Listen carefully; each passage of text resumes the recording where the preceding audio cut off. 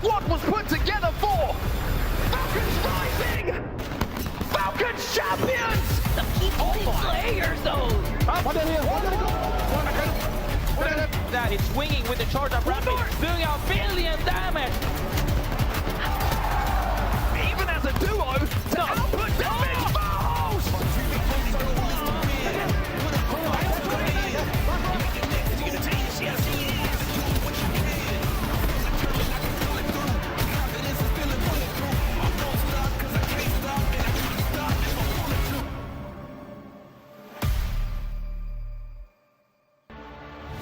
Welcome back, everyone, to the Apex Legends Global Series, home of the silliest Sentinel shots and the craziest Cravers. My name is Dia, and I'm going to be taking you guys through Match Day 6 today, but not alone, not by a long shot. I have got some of the best in the business with me. In fact, certainly some of my favorite people to hug in the business. Let's bring in Onset and Gasket to cover Match Day 6. Onset, it has been a while since I received my last hug, but that's just how lands go.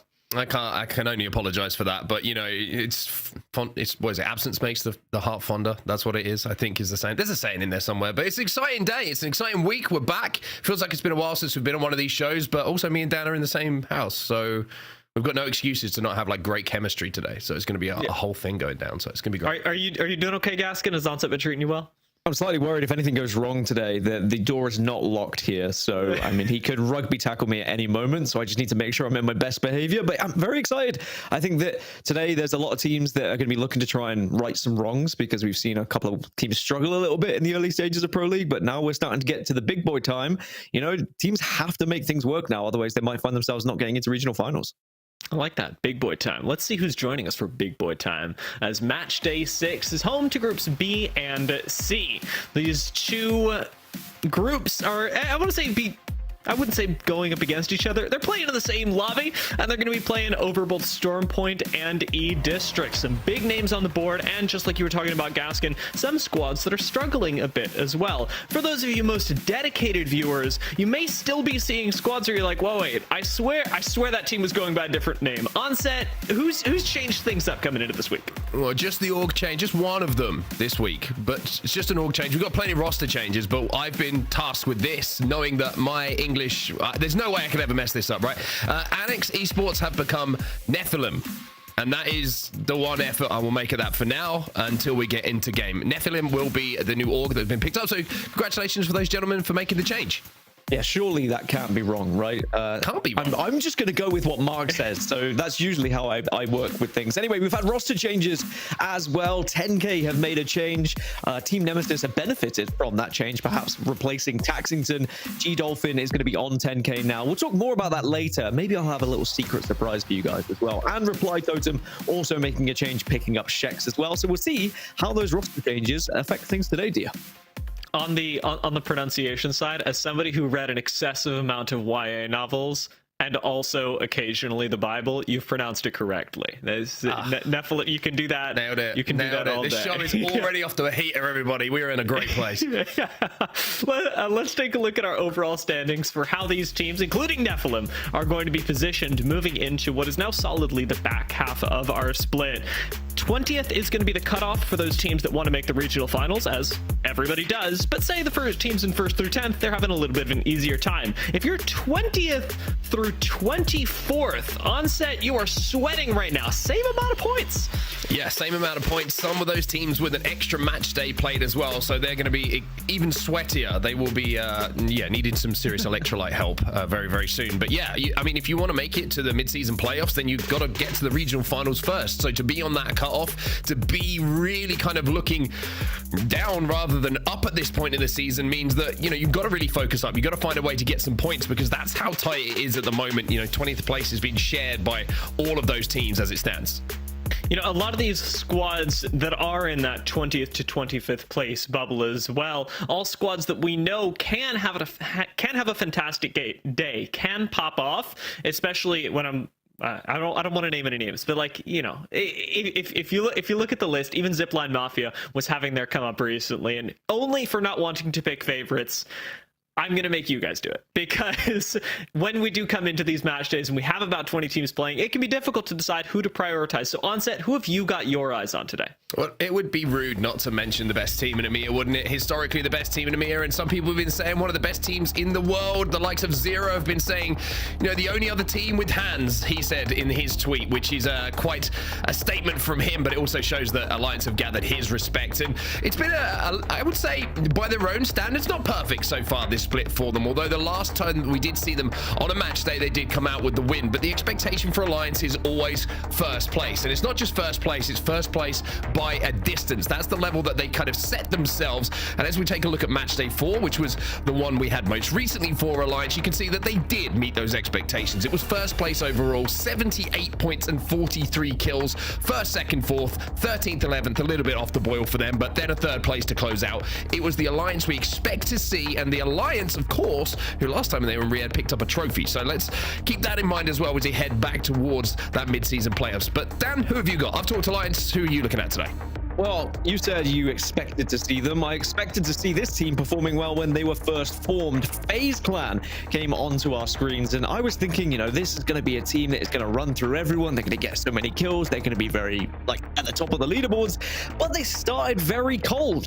They are now starting to heat up a little bit, just like this bottle of ALGS Open hot sauce you may have been seen consumed by Zephyr, because he's insane.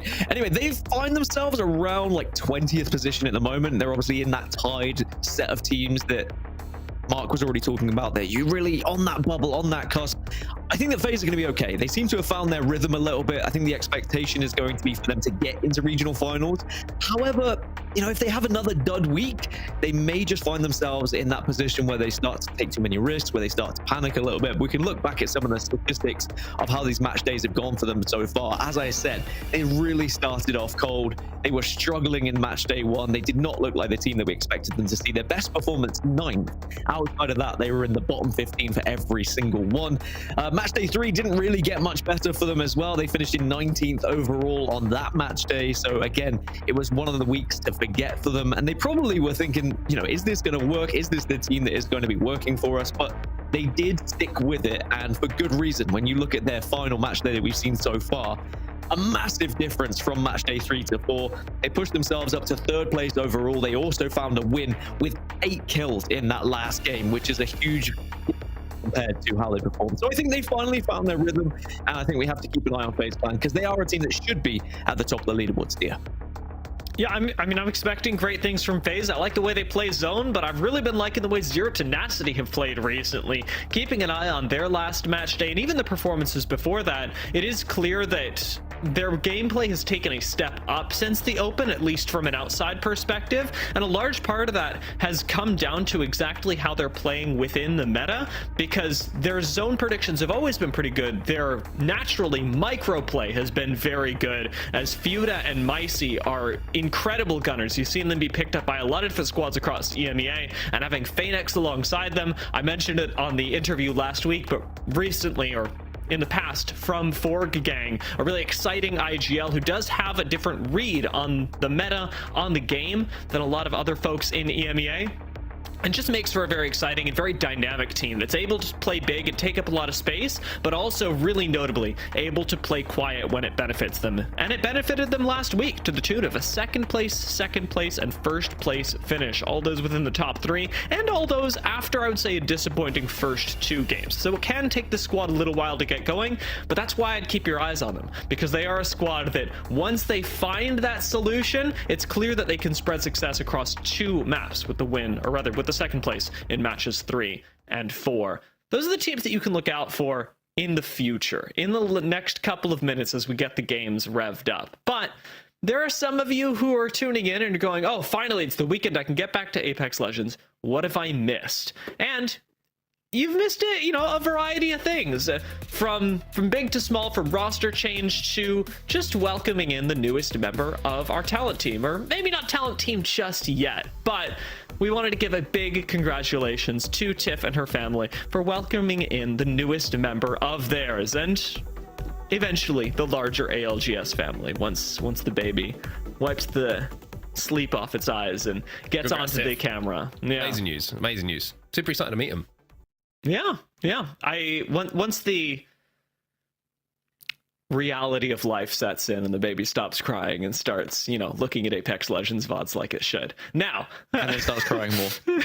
What else have we missed on set? Let's look at KP poll. It's the player of the week, which is community-based, and a lot of different regions, of course, playing the ALGS throughout the Pro League. And this is the nominations for the players who have been the standouts in their particular regions. Of course, you can head over to kppoll.com if you want to have a look at this and get involved yourself. Deeds was the player from the Americas who was nominated. Unlucky from EMEA. We'll get to see him today on this particular show. And then we have QQ from BK Gaming, and we have Leica from Noise Fox from APAC North. And your winner is... I'm kind of building this up like it's some sort of suspense, but also this has already been announced. It's going to be Leica from APAC North. 24 kills for him and 11 assists last time that we saw him out. First in damage as well. No surprise to see with those kind of statistics that he takes away the KP poll, player of the week. And speaking of APAC North, if you want to look and watch a little bit more of Leica and Noise Fox, then you can do exactly that. Twitch.tv/esports_rage, or if you like to use the YouTubes, you can do that as well. YouTube.com/esports_rage 6287. You can see the schedule there so that you don't miss anything. Now, of course, the regional finals are coming up as well. That's me. That's what you might have missed from me. Dan, what have the people missed that you want to bring to their attention? Promised you news on 10K's roster change. Surprise. Well, I have a super secret tweet that was put out, which wasn't that secret. There's Mark as well, just in case you were wondering where he was. But anyway, yeah, 10K have made a change. Kashira decided to take to social media to say that they are picking up G Dolphin. They had a few options, but maybe they went with the most unexpected. But I think it was what the team needed. Now, they said they will see us all on Saturday. Of course, we are here. It is Saturday, and we are going to see them competing today. And sure, might have been unexpected for some, but I personally am very excited to see G Dolphin performing on this roster. Could be one of the best rosters we've seen him on as well. So we'll have to see how things go today. Maybe they'll be at the top of the leaderboards as the day ends here, dear.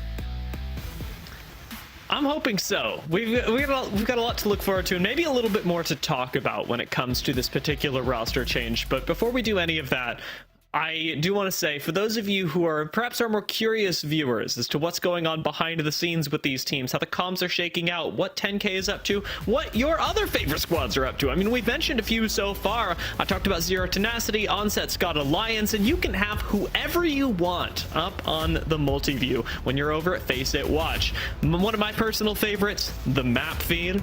Absolutely goated thing to have up during the day's games, as it gives you so much context on what's going on, be it having that up alongside the mainstream because we reference it all the time, or alongside your favorite teams so you know what threats are coming their way. There are so many ways to customize your viewing experience and enjoy the Apex Legends Global Series over at faceit.com/watch. As you're watching today's games as well, stay engaged with us because we want to hear what you are thinking. We've got a fantastic interview coming up at halftime with Nasky, so you can throw us questions, what you'd like to hear from Nasky, what you'd like to learn about his career, his perspective as an Apex Legends player, or in his new role now that he's no longer IGLing. And as we continue playing the games, I'm sure more questions and curiosities will arise. We've got a lot to cover, and we want to hear what you're thinking so that we can then talk about it and think about it ourselves. Onset, I wanted to continue on Gaskin's point earlier about this G Dolphin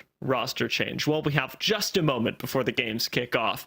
What do you make of this pickup specifically? Because G Dolphin has helped raise up a lot of rosters, but he seems to disappear very quickly after that. Yeah, he's someone who I think was caught between, does he want to compete? Does he want to really dedicate the time to it? Or do I want to be in the content creator sphere? And I think just recently has recognized that he wants to be that competitor. And one thing that he's going to bring to this roster, which is now a triple MK roster, is legend diversity. If you've watched his streams, he will do runs in ranked on some of the least, palatable legends that are at the time and make it work. Vantage was something that he was very heavy on and would play a lot of games on. And I think just having that deep legend pool is something that people are starting to look at a little bit more when they try and put these rosters together, because it's no longer a case of learning one legend for an entire split. You have to have 3, 4, 5, 6 legends in your pool that you're going to be able to flip between. And I like the pickup because it gives them that flexibility. So I think G Dolphin's a bit more of a smart pickup than maybe some people would recognize. Yeah, I mean, I'm very excited to see how this changes things, if it changes things. I mean, Gaskin, Gdolf has typically IGL'd a lot of squads through the challenger circuit as well, and so maybe alongside Kashira, you're bringing a few new ideas to the table. Yeah, and I don't think that hurts. I think that Kashira has his way of playing Apex Legends, and it can be very successful in certain metas. But as Mark was alluding to, in a meta that is constantly shifting, in a game that is different every single time, because there's going to be different legends, there's going to be different pathing, you're going to have to play in a different way. I personally believe that having someone who can somewhat co-IGL, even if it's not too specific, even if it's not someone who's like too demanding with their calls, but someone who can just like give a little thought here or there to say, well, maybe we could do this, maybe we could do that. You don't necessarily want two players who are just, you know, the fragging players who aren't going to make any sort of calls at all. And I know that as Apex develops, even those players are now starting to understand the game to a point where they can also give their frame of mind and they can start to decide how they want to play the game as well. But I do think that this could be a really big help for Kashira, and just maybe sometimes give him a different perspective of how to look at the game. Yeah, I think we've got a lot to look forward to with this squad and with the games coming up, and even bigger than that, with the future of Apex Legends, because the ALGS is going to the Esports World Cup for the mid-season playoffs. I want to take a look just to see what we have to look forward to.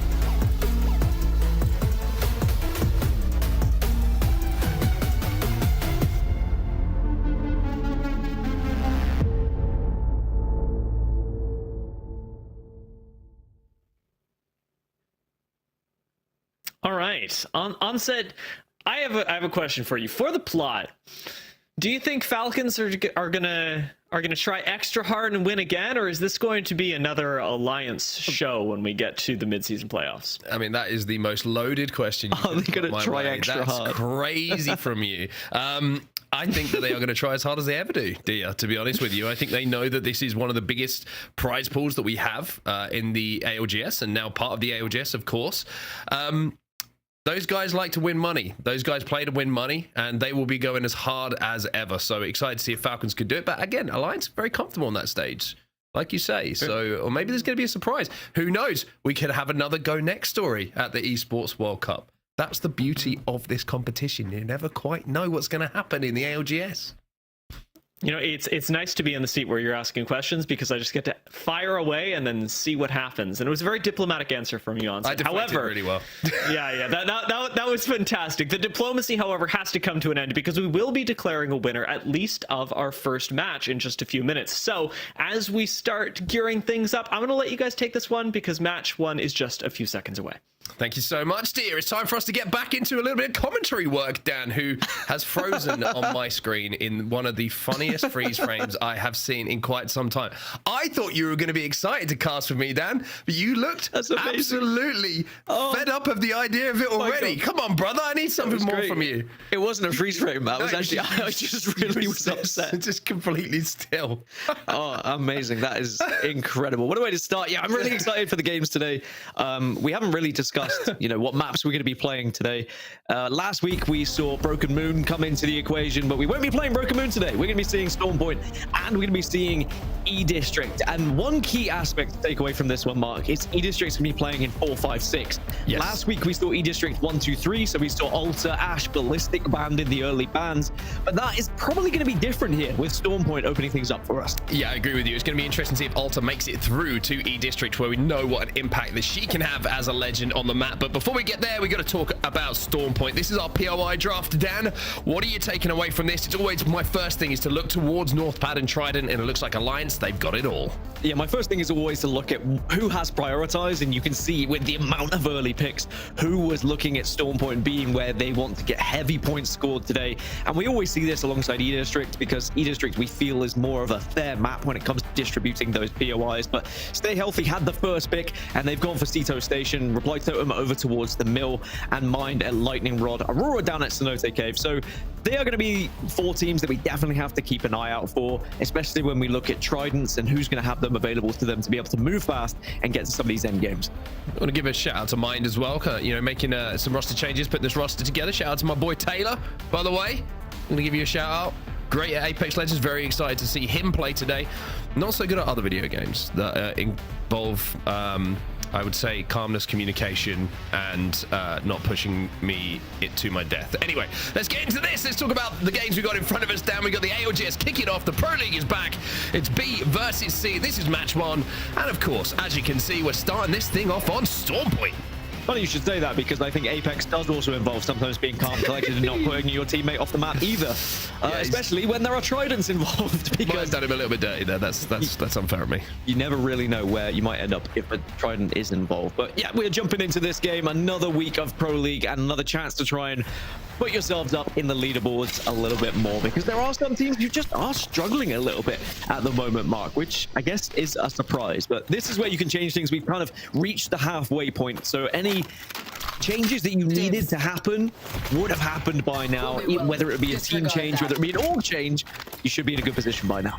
Yeah, I think everything that would have changed has been done now. That window is now closed, but now it's about performing, right? You make the team changes, you make the roster changes, make the org changes, you maybe even make, you know, legend diversity changes and what you want to play composition wise. But now you have to put it together, because these match days are going to slip through your fingers as we head towards the north side, hillside, outside of the wall, it looks like, for our first zone of the day here on Stormpoint. So BPR, great for them. Forbidden, going to have a very good opportunity to get a spot, as our team Nemesis and VC go. Anyone coming from the north side of the map is going to be very, very happy here.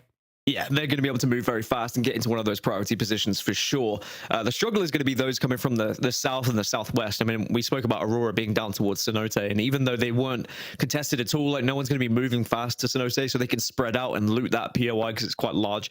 They can loot it fast. It's about then trying to traverse the map in a way where they can avoid some of these teams. Otherwise, they might just decide to play more aggressive and decide, like, try and take some fights instead. But it really will depend on how fast they try and move. And 10K, a team that we have to keep an eye on after their change as well, moving from Barometer. Yeah, BPR already gone to that hillside house, by the way, where they believe this game is going to be ended. It's a great spot to hold down. They did have a ring console as well, which is going to give them that information. And speaking of 10K, let's take a look at a 10K. You, of course, have a post-kill Kashira, and you have G-Dolph all together now. So they're going to have a little bit of ring console. And also you're going to see the crypto being picked up here by Kashira. So a little bit of a comfort pick for him. And G-Dolph, he's going to be playing on Ash first game, which is not something we see a lot of, actually. Ash being such an early pick, but it looks like they've got a couple of rotation options now with both the Catalyst and Ash. And the majority of the lobby agreeing with them as well. Ash is the highest picked legend in this lobby, so Ash is going to be banned for game 2. Does happen often on Stormpoint, I guess, but we are going to have a fight now up towards the north. A lot of teams are going to be arriving here, looking to try and find a place to play. Yeah, Nemesis, one of those teams who we said had moved from the southern side of where this zone is going to be, and they are not letting Forbidden get into this zone. They immediately pop the ballistic hole. You can see they get that first knock onto Lufka as well. So Kaisha, who of course made the move to this new squad, is going to be the one to get the first knock. They VC Go also in the vicinity as well, looking to overextend out from the building, which is just to the northern side of the wall, and they're going to be able to just influence this fight a little bit more as well. One assist coming in for Kaida. Yeah, but still no wipe. So you're just able to back away from that one a little bit. And I think that's just mainly because you are worried about the other teams that are in the area that could clean you up. But it looks like Miles is just going to be able to get away here. You can see Aku escaping, and he's going to dash away to maybe see if he can get the rest of the team back up on their feet. Just going to have to, where do you go to actually get the res here? Lightning Rod does have the ability to craft, so it's probably going to be heading over towards Lightning Rod and then hoping you can bring your team back in. But by doing that, you're all going to be one of the latest teams to arrive, and then you're going to have to fight your way back into the POI again. Yeah, check back in with 10K. Yeah, it's a tough one, isn't it? Because even if you're wrapping to the north, you know a lot of teams are going to be trying to approach from the north because of the basis of where this zone is going to be. So actually threading the needle, so to speak, to get through those teams, to even get to a crafter to be able to get those banners. It's going to be a little bit of a rough one for them, but 10K using that trident to move to the hillside. They're going to be able to kind of work their way up the left-hand side where the majority of the cover is on this hillside. So that's what you would imagine their next rotate is going to be here on Stormpoint. But while they do that, they're going to do a little bit of exterminating and a little bit of pest control here on the spiders. I think they were getting shot by Reply Totem as well. That was why they quickly exited the Trident and didn't really fancy taking that one. We'll just have a look towards Alliance and see how their job's going, but they're going to be more than happy just looting over towards Northpad, getting any extra information and any extra Evo as well. So no true worry for them at the moment, unless FaZe Clan continue on their rotation on the western side, because at the moment FaZe Clan are over towards Down Beast, so they are approaching this area for Alliance. And there is definitely a possibility that both teams could arrive at a similar time if FaZe Clan decide to take that route, but looks like Onyx have lost one. Yeah, Kizaron's gone down, so Onyx are going to have to maybe, they're not going to be able to get the res, I was going to say, look for a res, but instead it's going to be recovering that banner.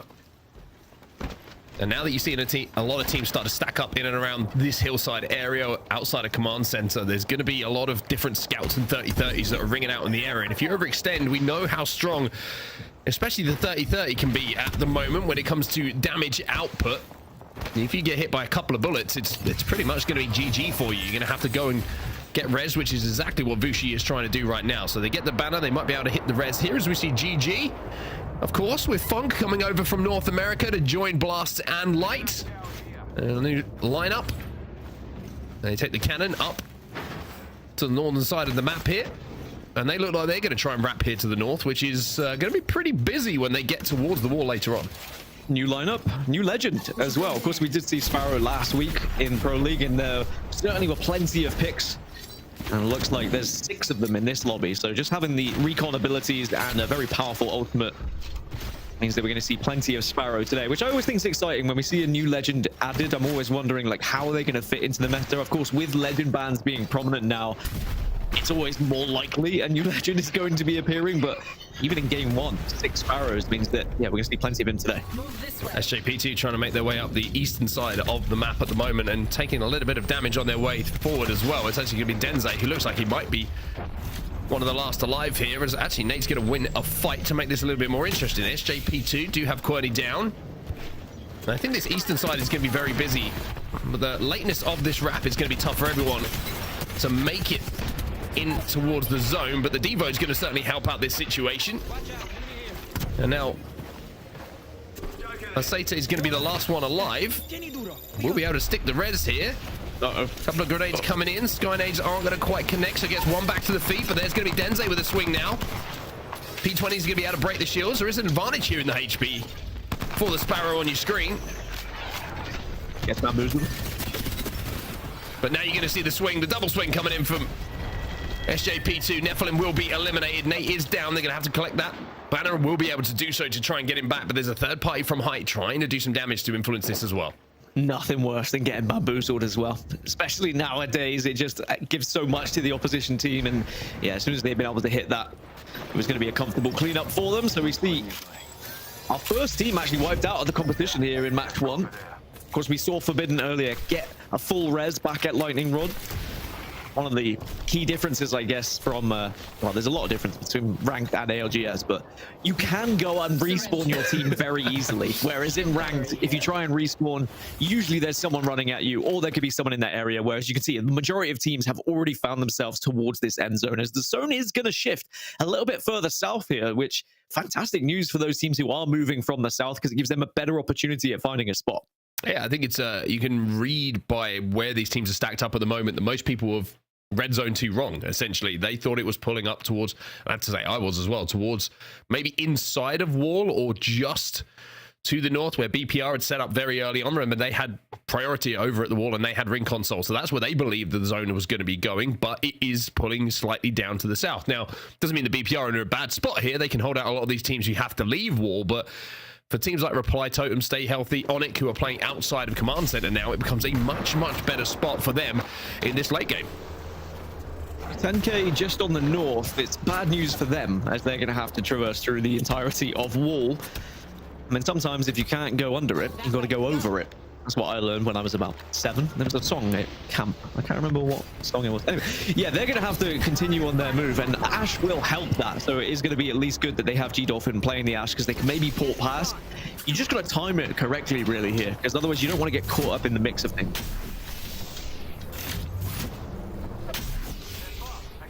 So it's going to be one of these zones now. I think this zone pool is going to eliminate a lot of teams from the lobby. Like we mentioned, pulling down to the south where a lot of people thought it was going to the north. Catwall's going to go down here from post kill. He's going to have to be very good on where that's angled, though. So it looks like they're going to try and weave, and he does manage to cut off the building, but there's some great grenades coming in, which is actually going to slow things down. Post kill goes down to about 10 HP, avoids the thermite that comes down as well, but she's looking like a really rough rotate here for 10k, but they're somewhat making it work. The survivability seems to be the name of the game for them right now. Yeah, they just need post kill to get off this med pack, and then they can actually try and push this fight. It looks like they are going to try and get quite aggressive. Dolphin has a Devo, and it looks pretty well equipped, so he can start to get aggressive with the rest of the team here. Yeah, Devo is going to have to wind this one up, though. It doesn't have the purple attachments to get that automatic turbo charge on it. That's going to be maybe for the late game. But he is going to be able to get a lot of damage down with this devotion if he gets the opportunity to. Instead, it looks like they're just going to force this bottom floor, and they'll be holding this. I guess they don't have information yet, perhaps. Maybe they don't know the zone's going to be heading south, so right now they think they've done the job. They've got into the zone, and they just start to think about next, and they'll get that information in about 2 seconds when round 2 does close. You see good shots coming out, though, and Unlucky will take down post kill, so now they're going to have to just try and flee here. Yeah, Unlucky showing the power of the Devo. We've seen a lot of teams taking time to construct a Devo for one of their players, using multiple energy arsenals on the way forward to make sure that at least one of them can have an impact on the map. And it seems like you can see from some of the clips we showed from Alliance earlier that Unlucky has been the guy who's the beneficiary of his teammates making sure that he gets the Devo to play with. Team Nemesis taking a little bit of damage themselves at the moment, having to play outside of this building in the wall. Alliance are very, very close to them. We're also going to see a little bit of a greedy snare coming in, but the portal away is going to give them a little bit of space here as they reinforce the door as well. They will be able to survive, and they will be able to reset. I mean, that is a fantastic play from Nemesis. If you look at it, you kind of are blindly hoping that your Ash is going to put you in a good position, but then the quick reinforcement just secures their position for now, as Forbidden are just going to be on this southern side. So remember, they rezzed all the way up at Lightning Rod, but when this zone shifted down south, it kind of benefited them a little bit. 0-0 trying to put this Bojack to full use here. Yeah, not quite connecting as yet, and now leaves himself in no man's land. Has to be very, very careful. Aurora now gonna firstly destroy a Void Nexus, and then they're going to take a Void Passage here. You can see Aku's trying to cut them down. Good damage, but the Void Nexus will take 9 Impulse away. This is, of course, a very, very different looking Aurora lineup to what we are used to historically, with 2, I would say, changes that have come in recent times. But Forbidden are going to have to move in about a second's time, and only one of these teams you feel like is going to be able to survive. Yeah, this zone is going to start to hurt a lot. Z10 are going to get chased down as well. Remember, Z10 had such a good week last week, being able to top leaderboards, but looks like they might be falling a little bit earlier in match 1 at the moment. 2 of them have been taken out, but Aurora can now maybe benefit from that as they continue on their journey as well. A bit of a blind fire through this cat wall here. All of this happening on the southern side where everyone is going to have to move through. Denze in the feed as well. He's got a devotion in his hands. He's starting to do a little bit of work. SJP2 trying to move to this waterfall here to try and get just safe inside of the zone. We know that Aurora were just underneath them a few moments ago, as UAIM will be the next team to fall out of this lobby. We've lost 2 now. So it was a 19-team lobby, remember? So now we're down to 17. Yeah, down to 17, but there's still a few teams that are going to have to be forced into engagement here with this zone starting to push, especially on this southern side. Aurora, SJP2, Forbidden, and Zero Tenacity all are going to be in the next kind of area with each other. And you can see everyone's trying to find the extra little bit of damage, the extra kill that can come through as mine get eliminated as well. SJP2 will be safe on this height, but how exposed will they be? Will they be able to back down? It looks like they will be good enough. So Aurora are going to be very, very careful here on how they play these next few moments. 10k just been eliminated as well, as we hop on board with Alliance, and here is Unlucky, and that Devo is all sorts of turbocharged, but it's a great hold. Actually coming in from Nemesis here, and now Effect has to clean up these pieces. He's only going to be last alive. The spray is going to be good, but it's not good enough. And Hackis is going to have to try and clean up the mess. Well, usually where there is an Unlucky, there's an Effect to follow and clean things up. But Hackers now, it is a mess. Wow. And Alliance will be eliminated, and that is not usually the Alliance we see. But I think there's just so many teams in the area dealing damage at the moment. It's very difficult to try and do anything in open air. I think it's just a great hold from Nemesis as well. The output damage, fantastic from them. Aurora now going to be trading out as Kajak uses his port to go up to height, taking that position away from SJP2, who you can see have moved in. Denze's down to barely any shields. It might be a 1v1 in a few moments' time, but Kajak now is going to have to play this one out, as we'll see the Ash portal away. Maybe thinking about a res here. There were a couple of knocks being traded, so he might have time to do exactly that. Kajak, though, is going to put the port down and might be adding his teammate out of there. When SJP2 back up to a full 3, back up to dealing damage. second place at the moment with 6 points as Aurora lose 1 confirmed. But maybe they can get that res if they try and escape through that portal. You can now see that Onyx are holding out Zip right now. Yeah, this is a difficult swing to make for Zip.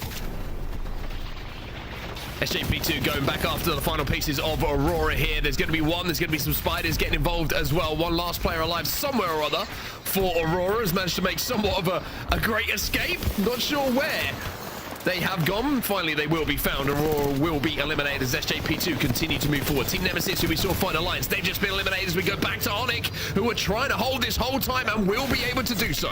Yeah, but now they fall. Zipline actually did really well to be able to push out and get 2 knocks, and it means that both teams will actually fall, and probably inevitable with where the zone was closing in anyway. But SJP2 have to move up a little bit and try and find some extra space here from this southeast side. Forbidden is still alive on the south as well as FaZe Clan now starting to move in.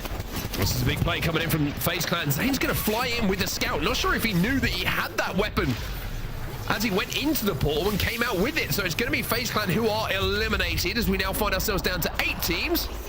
As Baba G are going to be on our screens right now as one of those 8. One of the only teams on this far northwest side as well. They have a lot of space to play with, a lot of room to work with. Their only real concern is going to be BPR as VCGO will get eliminated. So now 7 squads are remaining. And actually, they're going to be able to just walk up and use these rocks to maybe shadow over some of these teams and put down some real damage. We'll have to walk in though. You can see Moby's gone down from someone just to... They'll have to where they found their position. The teams who are inside the zone, though, stay healthy, have been here for so long. There's a solo from Forbidden still alive inside the zone. Zero Tenacity have a duo, I believe, as SJP2 now make their play against BPR. They're just going to wind up that devotion from the sling, do some great damage. It's going to be BPR who are eliminated. SJP2 stay healthy enough as well to stay as a 3. That's going to be good news for Baba G, but you can see, oh, now the Devo is going to be absolutely shredding through. And that's why you have a ballistic on your team.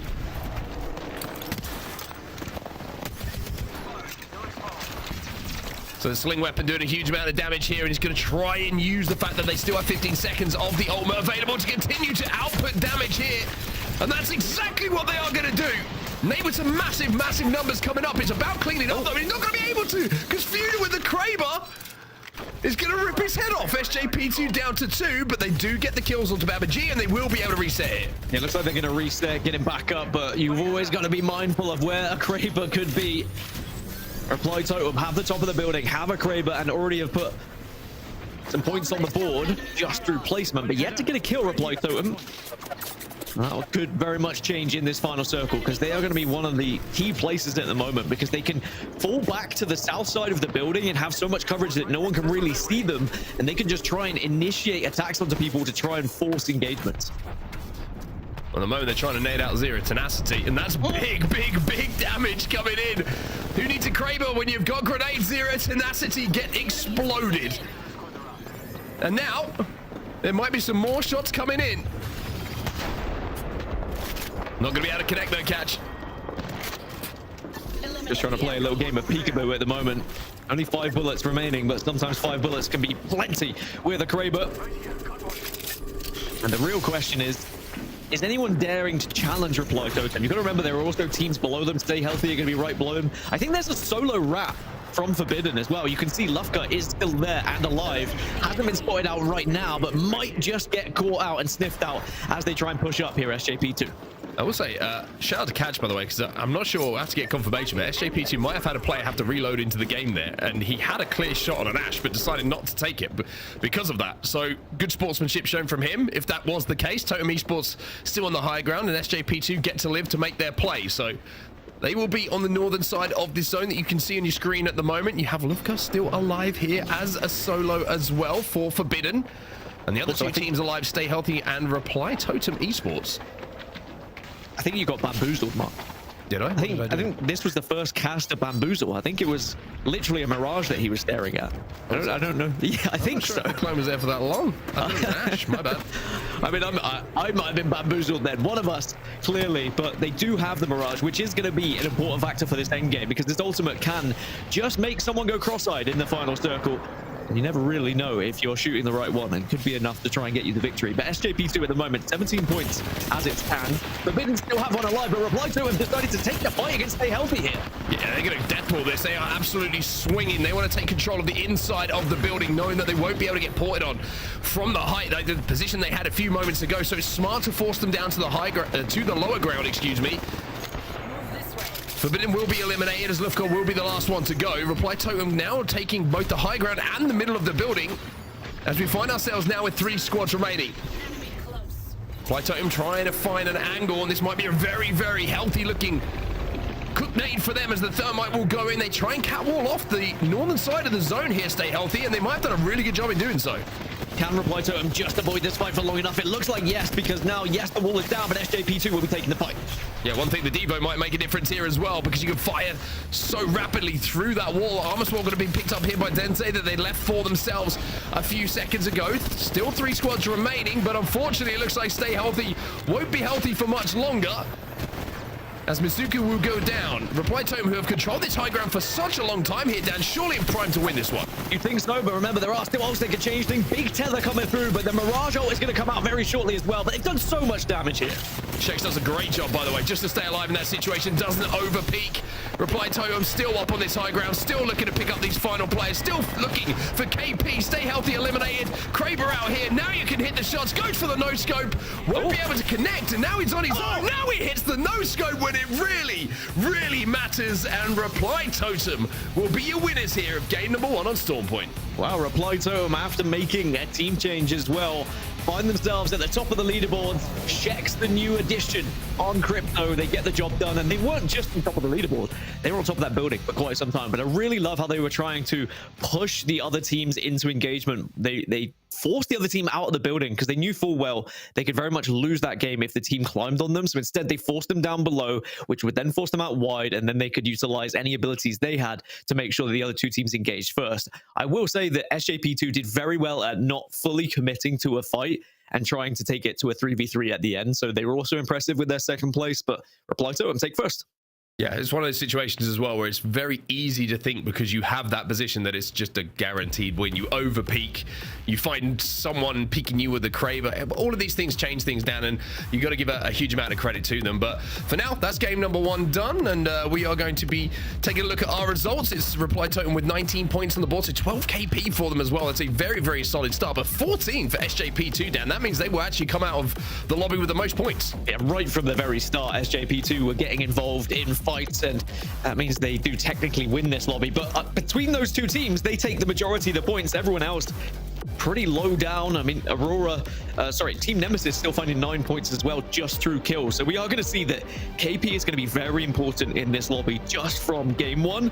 And as you can see in the top right, Ash is going to be banned, as we had alluded to, because she was the most picked.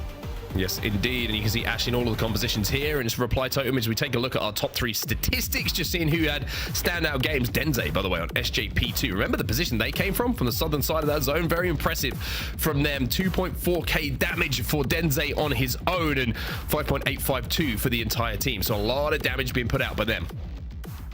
Yeah, really just a game that was pretty hectic to begin with. And even as we got to the mid game, there were so many teams that were trying to force their way in from the south. And with the big shift from north to south with the zone, it meant that we had a lot of fights happening from high ground to low ground. And it was really tough for people to actually survive as a 3s. There was a lot of 2s kind of running around. So those who did get into zone early, those who did find a good position, were really able to capitalize there. Well, game number 1 is done and dusted. Game number 2 is coming up just after this quick break. Well, I will use the time to decide, was it a Mirage clone? Am I an idiot? Or was it actually an Ash? We'll be back in just a few moments.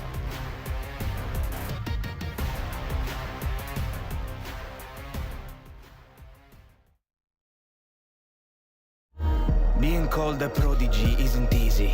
The pressure, the expectations. Nah, I'm just kidding. I was born for this. Andiamo. The future is here! Are you ready? I've got endless determination, a lifetime of practice, and a total lack of media training. Success, it don't come overnight. Just watch me put up a fight. Locked in, I'm feeling cold as ice. Let's move. I don't know how to slow down. Find my target. Time to say ciao.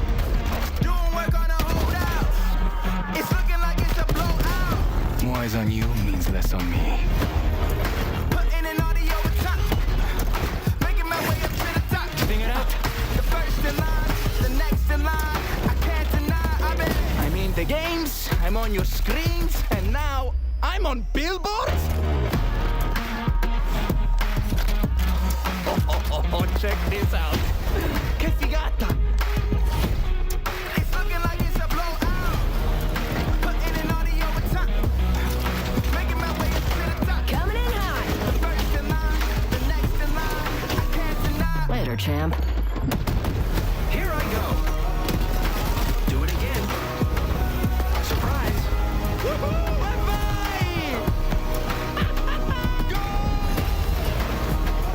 I didn't know I'd end up here, but I do know how it ends. Yeah. I've heard losing builds character. Let me know how that goes. Been waiting my whole life for this. Yeah. Been getting so right for this. Hey. Been waiting my whole life. Hey, ragazzi, we did it.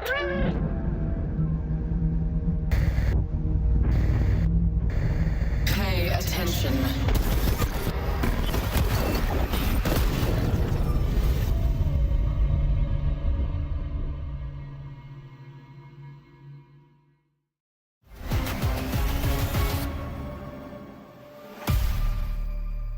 Welcome back, everybody, to the ALGS Pro League. It's EMEA time, and we've already got one game done and dusted on Storm Point. We're going to continue here on Storm Point in just a few moments as we head towards game number 2. But the great news for everybody is that we have Dia joining me for this cast. Dan is going to take a well-earned break and do what he has to do. Dia, what did you take away from game 1, and how excited, more importantly, are you for game 2, my friend?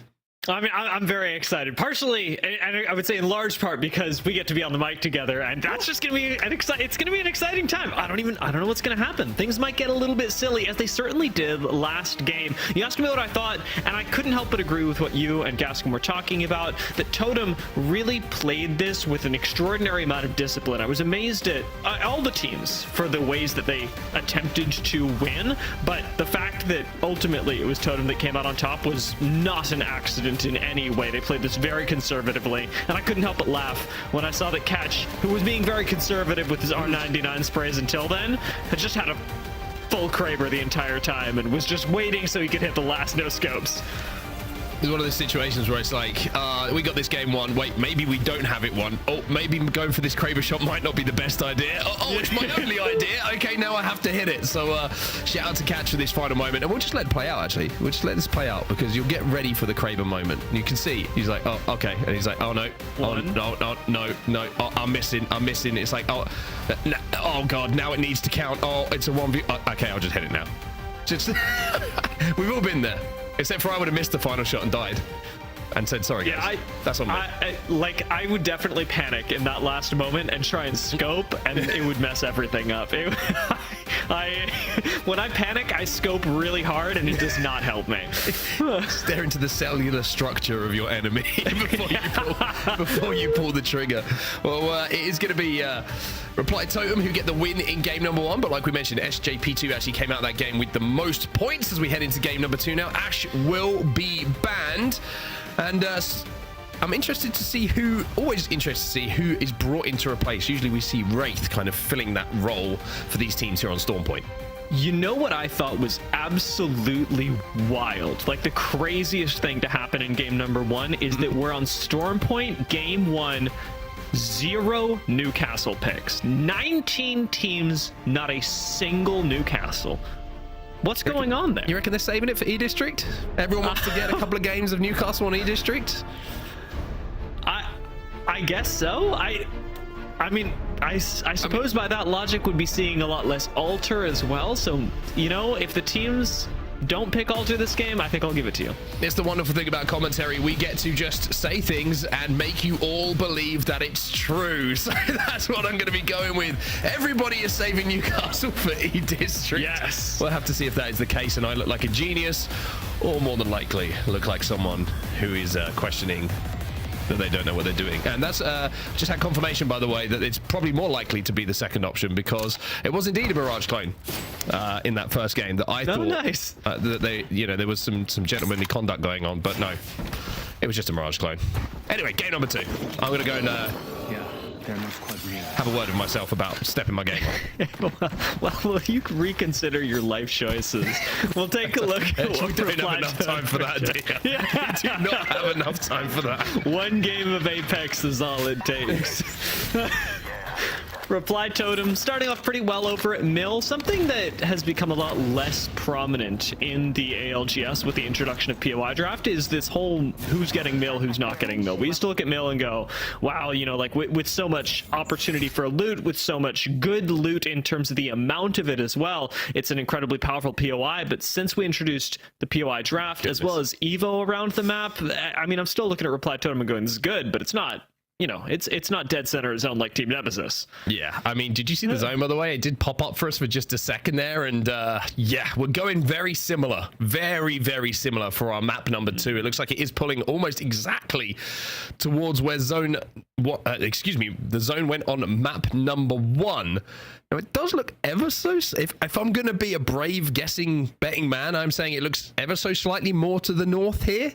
So we could be pulling in towards wall, which wouldn't obviously be the same side, but we did see that vicious pull on the last game, and that might actually have a few teams questioning where they play. BPR is probably a good barometer for this. They tried to play that hillside house at the top of the zip line. This time they're going right to the backside of wall, and they are playing that building, so it should give us a pretty good indication that they believe it's going to be pulling a little bit more further into the POI. Yeah, I think it's a pretty good bet, honestly, for BPR. It's likely, from my perspective, that we end in wall, but if you're a team that doesn't know, and I certainly don't, so if I were playing, I'd be certainly prioritizing the high ground building with the Evo and the assault bin that Forbidden are passing by right now. I think it's a flexible and underrated spot that teams can make use of on their rotation in. Over to Cascade Falls. We're seeing a little bit of action going down early on. The Zipline Mafia, which is, I would say, one of the best names. I would love to be part of Zipline Mafia. Right? Yeah, it's just a good name. Italian food and ziplines, I'm all about it. Forbidden, they don't look like they're all about it right now, because Team Nemesis are picking up some pretty easy damage and some pretty easy knocks for them. Extended out of the building, not the first time we've seen them do that in and around wall. At game number 1, they did something very similar. But this building here is going to be a very solid one to pull for the end game. It does pull sometimes down towards that. Forbidden have managed to escape. Look, as a solo again, managed to get into the top 3 or 4, if I'm not mistaken, from the last game. So it's certainly something that he is not, shall we say, foreign to having to do. No, and you know, fortunately it's early enough in the game that maybe he doesn't have to do it again, or, you know, you've got the chance to recover some banners. No support legend on this team. Again, no Newcastle at all for anyone. It's making me wonder what on earth is going on behind the scenes, because yeah, you're right. They know that it's just so powerful later on. Very well could be. They're saving it, I'm telling you. We're banning Alter this game, by the way. That just to throw that out there. So Newcastle better than Alter on E-District, confirmed. And there we go. We'll have to see if Newcastle is immediately picked in game number 4 today. 10k. Another tough zone for them. Dropping over at Barometer. They're going to have a long way to go towards this zone, but a very similar pattern of play for them. The macro is looking like it's exactly the same, taking the Trident. This time not playing the left-hand side yet. Although that might be changing in a few seconds' time. Instead, they're moving towards Cascade a little bit closer, maybe looking to play outside of Command Center and work their way up through the spiders. A couple of teams should be rotating through here. Funnily enough, Forbidden are one of them. Lufka going to be hightailing it out of there after being spotted by the survey beacon. But 10K's position is really weird if they don't want to fight somebody. I'm glad we're getting back in the Trident, because is sitting low ground outside of Cascade with your entire back open, that is just not the game plan. Yeah, that's a bit of a risky play. Maybe they thought they could rat someone, but instead they're not going to head up the majority of the hillside. They're actually going to wrap around where this zone is going to be going. Maybe look to enter the backside of wall a little bit later on. Reply Totem, though, they're just going to be entering a fight right now, and Forbidden will be eliminated. So Lufka won't be able to be the hero this time around. He gets cut down inside a Cascade. They will be the first team to fall in the lobby. It's a nice capitalization off the survey beacon scan as well. Something that Reply Totem should have an easier time with is this specific zone, especially because of how they played it just last game. Teams that are still up on high ground, however, that come out of places like Zoo Station, Lightning Rod, that are currently home to Mind, Zipline Mafia, and the Gaimin Gladiators up on height. Those are definitely squads you want to keep in mind. Onyx have chosen to take the building that I talked about a little earlier, that's up on height right outside of Wall, with the Assault Bin and the Evo right next to it, and that is another squad that I'm certainly going to nominate for team we should keep our eye on, because Onyx have played this pretty well, in my opinion. Down on the southern side of the map at the moment, Nephilim nearly picked up, of course. Well, taking their time to get towards the zone. They got a long way to go, of course, so they're going to be kind of prioritizing information and Evo, and also destroying any stray arrows that have been left over by a Sparrow. Nasky is going to be able to get that information as well if he wants. He's going to do it and be able to, alongside the Evo, get all of his team up to purple. And this is just going to be the long routes for them to get anywhere near this zone at the moment. As we take a look at Ring 1 closes on the map overhead here, and you can get a bit of a general idea of where this zone is going to be pulling now towards Wall, we believe. However, from last game, I'm still kind of waiting with bated breath. No, we are going towards Wall, so we called it right.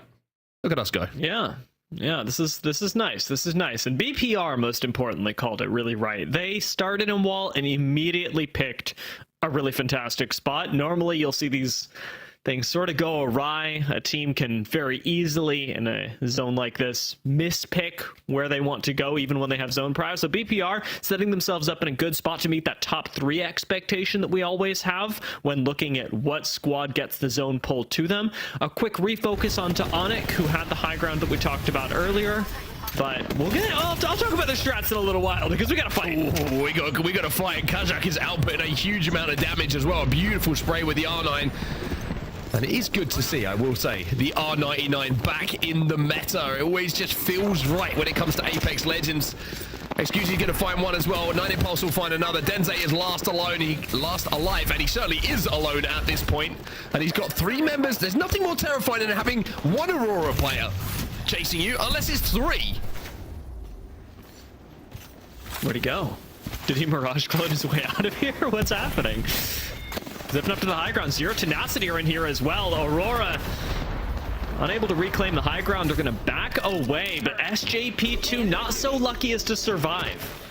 Great job from Aurora, by the way, to just disengage and find a little corner for them to all pop the electronics required to get back to that Void Nexus.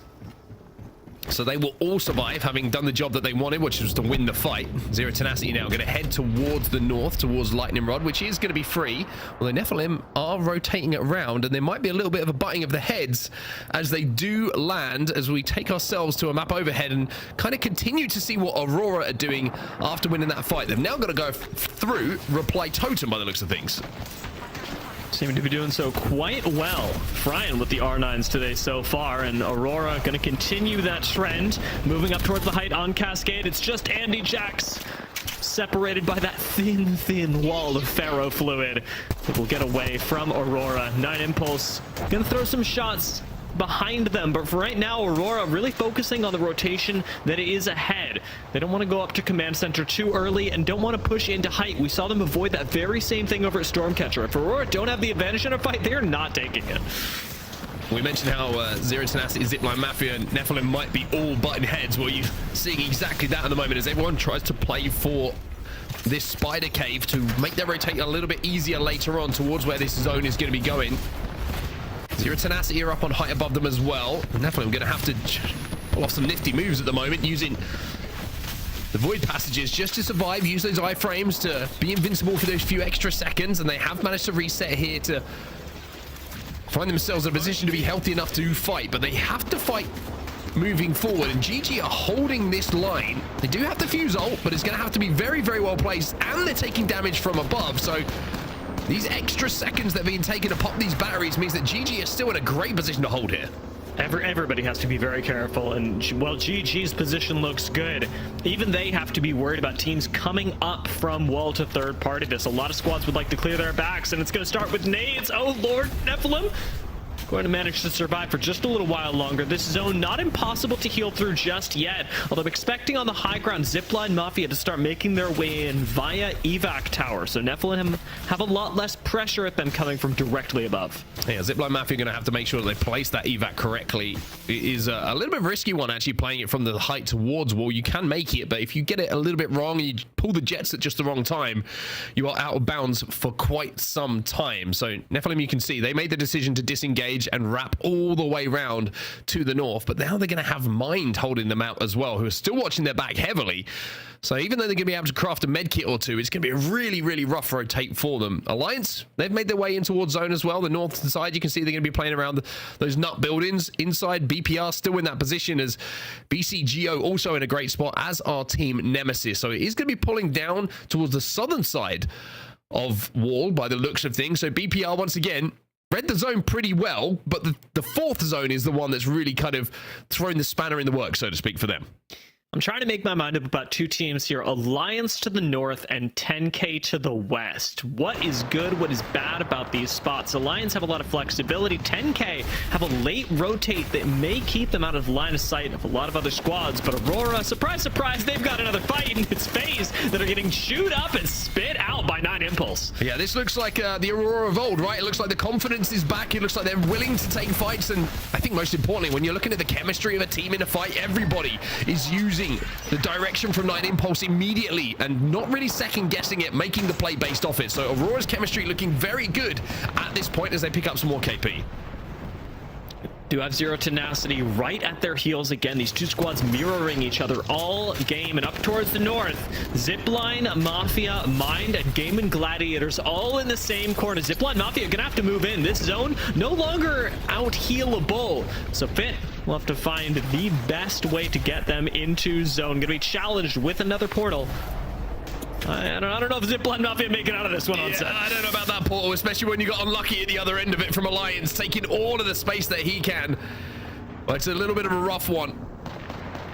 But I mean, when you were looking at the rotate earlier on as well, you always thought this was going to be very, very busy. By the way, Feuda going a little bit crazy by the looks of things in the feed. He's got a Kraber, and he's starting to put that to work as well. Mind now, they're under pressure, and they will be taken out as well. So Mind, who were holding out the northern side for quite some time, they kind of get run over in that situation. Zipline Mafia, they managed to find one, but the rest of Alliance is starting to arrive now, and you can see the Wraith is the last player alive here trying to pop a battery. Aurora also starting to go a little bit crazy in our kill feed.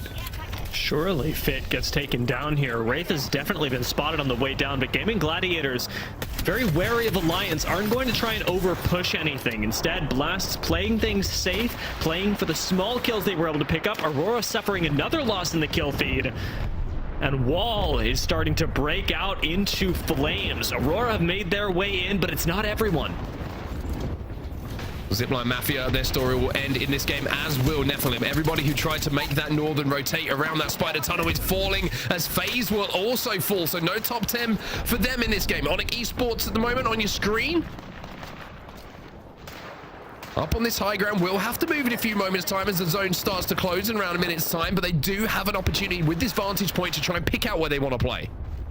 This is where Onyx really earned their money. They had a nice flexible spot earlier, but now what do you turn that into? Not a lot of space on the outside of wall is open, and Onyx is going to have to eliminate teams like Zero Tenacity stay healthy and Baba G, and well, Zero Tenacity go down, so that's one less. Might be an opportunity for them to take advantage of this fight that's actually breaking out. Instead, they do actually have no way a Void Nexus down, which has been found by Kazaran, who flies forward, finds that space to play, and they will be able to take this bridge spot. Now, the timing of a rotate like that, dear, is always interesting to talk about, because it's one of those that if you go too early, it can be a little bit risky. You get shot from multiple angles, but if you play it perfectly, then you can find a spot to play. Alliance looking to force their way in now. We'll come back to that point in a minute, because we've got an opportunity to jump into the comms here with Alliance. You have medkits? Let's go for it. Come. Everyone. Yeah. Let's just go though. I'm gonna impede the buildings so we can take it from here. Sure. You can just walk up, bro. The impede is back. The impede is back. Hit all three left side. All three left side. All three left side. You just have to walk it. This is a groove. He's gonna peek. They're picking. One. Keep going. Yes.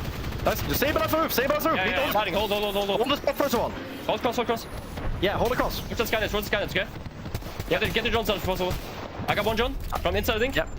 I have walls on them. Just hold across. I'm gonna try to put the TP down, so okay?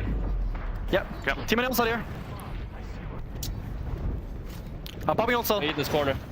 TP is not safe. Okay, it's just like a hard time B. It's fine. It's fine. It's safe. Nobody low ground. Look for team inside. Look for kills inside. Look for kills inside. Okay. Okay. If I can we drop 3, 2, 1. Yeah, I'm dropping. 3, 2, 1. I'm dropping on the door. I'm picking up left. Yeah, I'm netting inside. Make you. Okay, watch out the climb ups. Yeah, I'm following.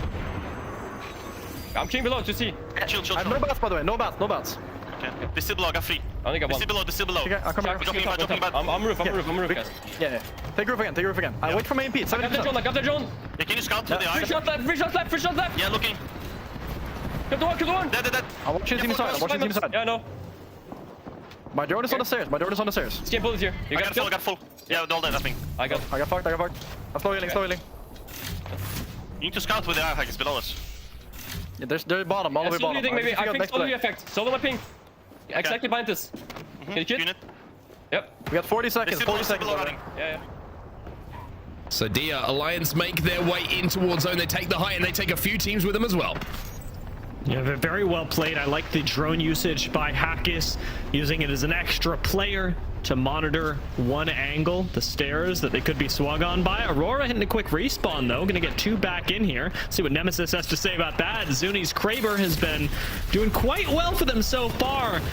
Looks like it may claim another as Gaimin Gladiators get jumped on immediately. I mean, Nemesis has done such a good job from the early game of actually holding the space in and around their building. The R9 in this man's hands is different to everyone else. Everyone else uses an R99. FaZe uses an R9099.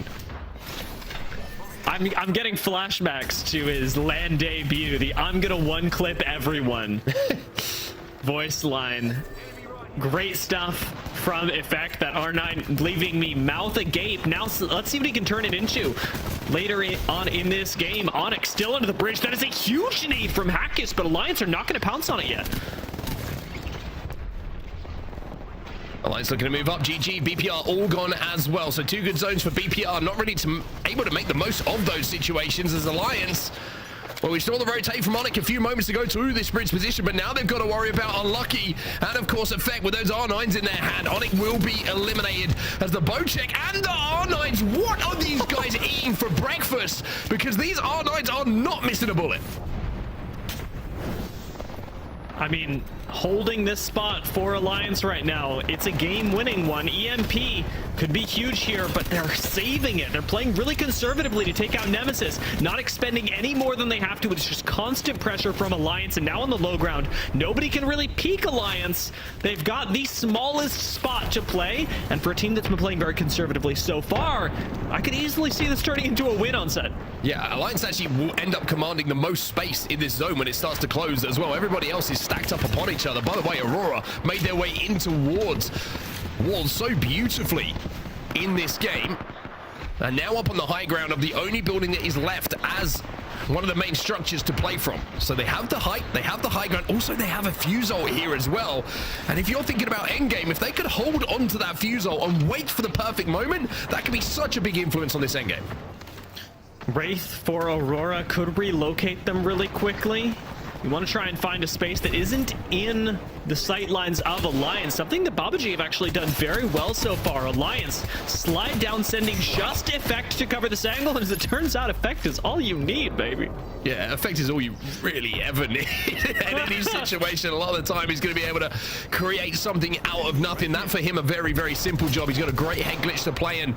Well, we know how deadly he is with a weapon in his hands, regardless of what one it is. And the scout this time around is going to be the one to deal that damage. 4 squads remaining now. Alliance to 4-3. UAIM inside of the building. Stay healthy as a duo. And Aurora as a full team will make up those 4. Alliance, like we mentioned, command the most space. But Max Strafey's got a Kraber, and he's looking to carve a hole for UAIM to leave this building. I think they're going to be able to get these kills on the corner. That is Masuko down. UAIM don't want to overplay their hand right now, but they don't really have to. Just waiting for the death box to pop. Stay healthy are going to go down. UAIM make top 3. How much further can they climb? Aurora will have to leave this high ground at the moment. And inside of the building, UAIM will have to leave as well. Now, what's the play going to be? You can see zip lines starting to be put down. Alliance are trying to look for some kidnaps as well to bring one of those Aurora members down to the low ground with a crash. I don't There think is that Aurora can do Fusel, anything. but the Watson gen is going to eat that up. Aurora have to drop right now. This portal will take them to their deaths. Alliance know that they just have to monitor the exit right now. Responding Motherload. Alliance playing small for the moment, just letting this fight happen between UAIM and Aurora. And now they start to influence it themselves. The fight is going to play out. Like you say, Aurora will be eliminated. They will be third place. Alliance the most healthy. Hackers goes up to the high ground, sprays that R9, and Alliance will be the champions of game number 2. It is a masterful navigation towards that end game from them. And of course, it was deadly from the likes of Unlucky and Effect.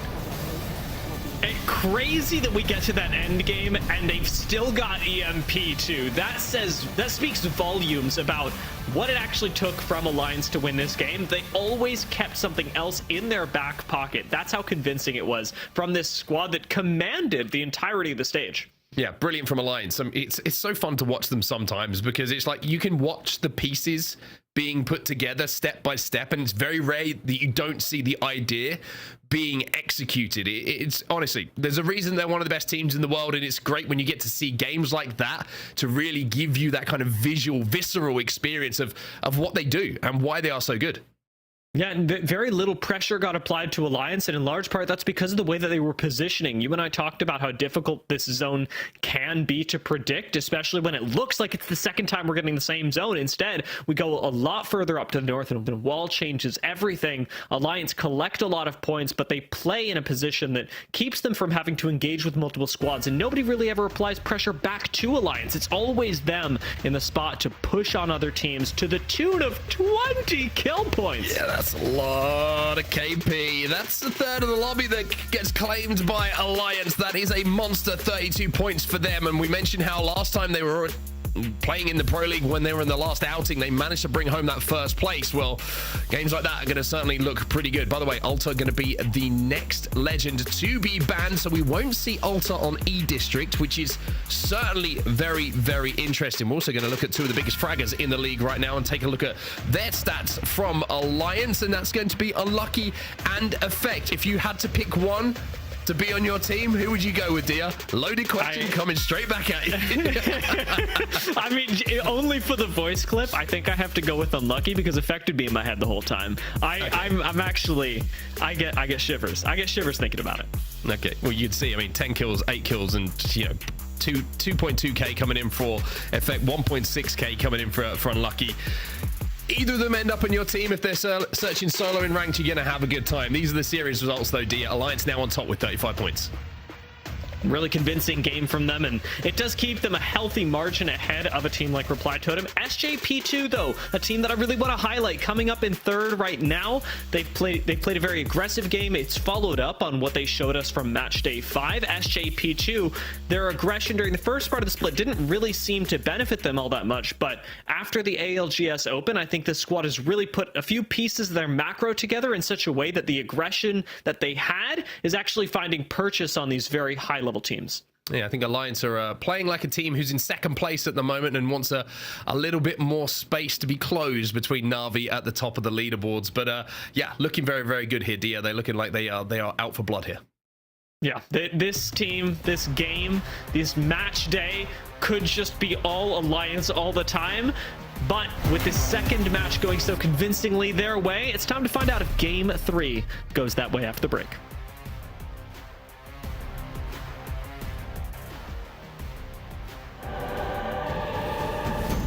Hi everyone, I'm super excited to introduce to you our newest legend, Sparrow. It's been a while since we've had a recon legend, and we wanted to bring one that offered a new, unique way of tracking enemies. He's also extremely agile, which allows him to excel at traversing the environment. Let's jump into his kit. For his passive, he has double jump. This allows him to have a second jump while he's in the air.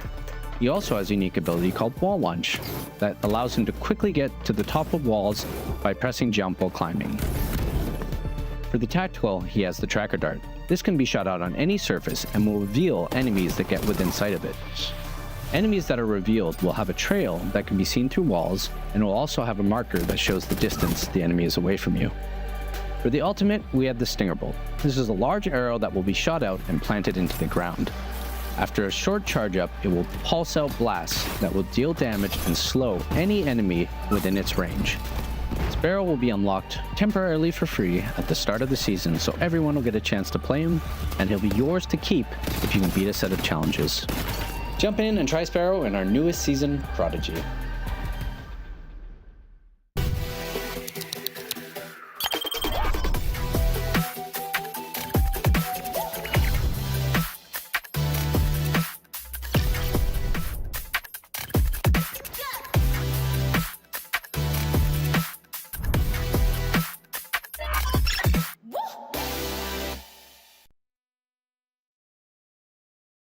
Sony InZone, the official monitor of the Apex Legends Global Series.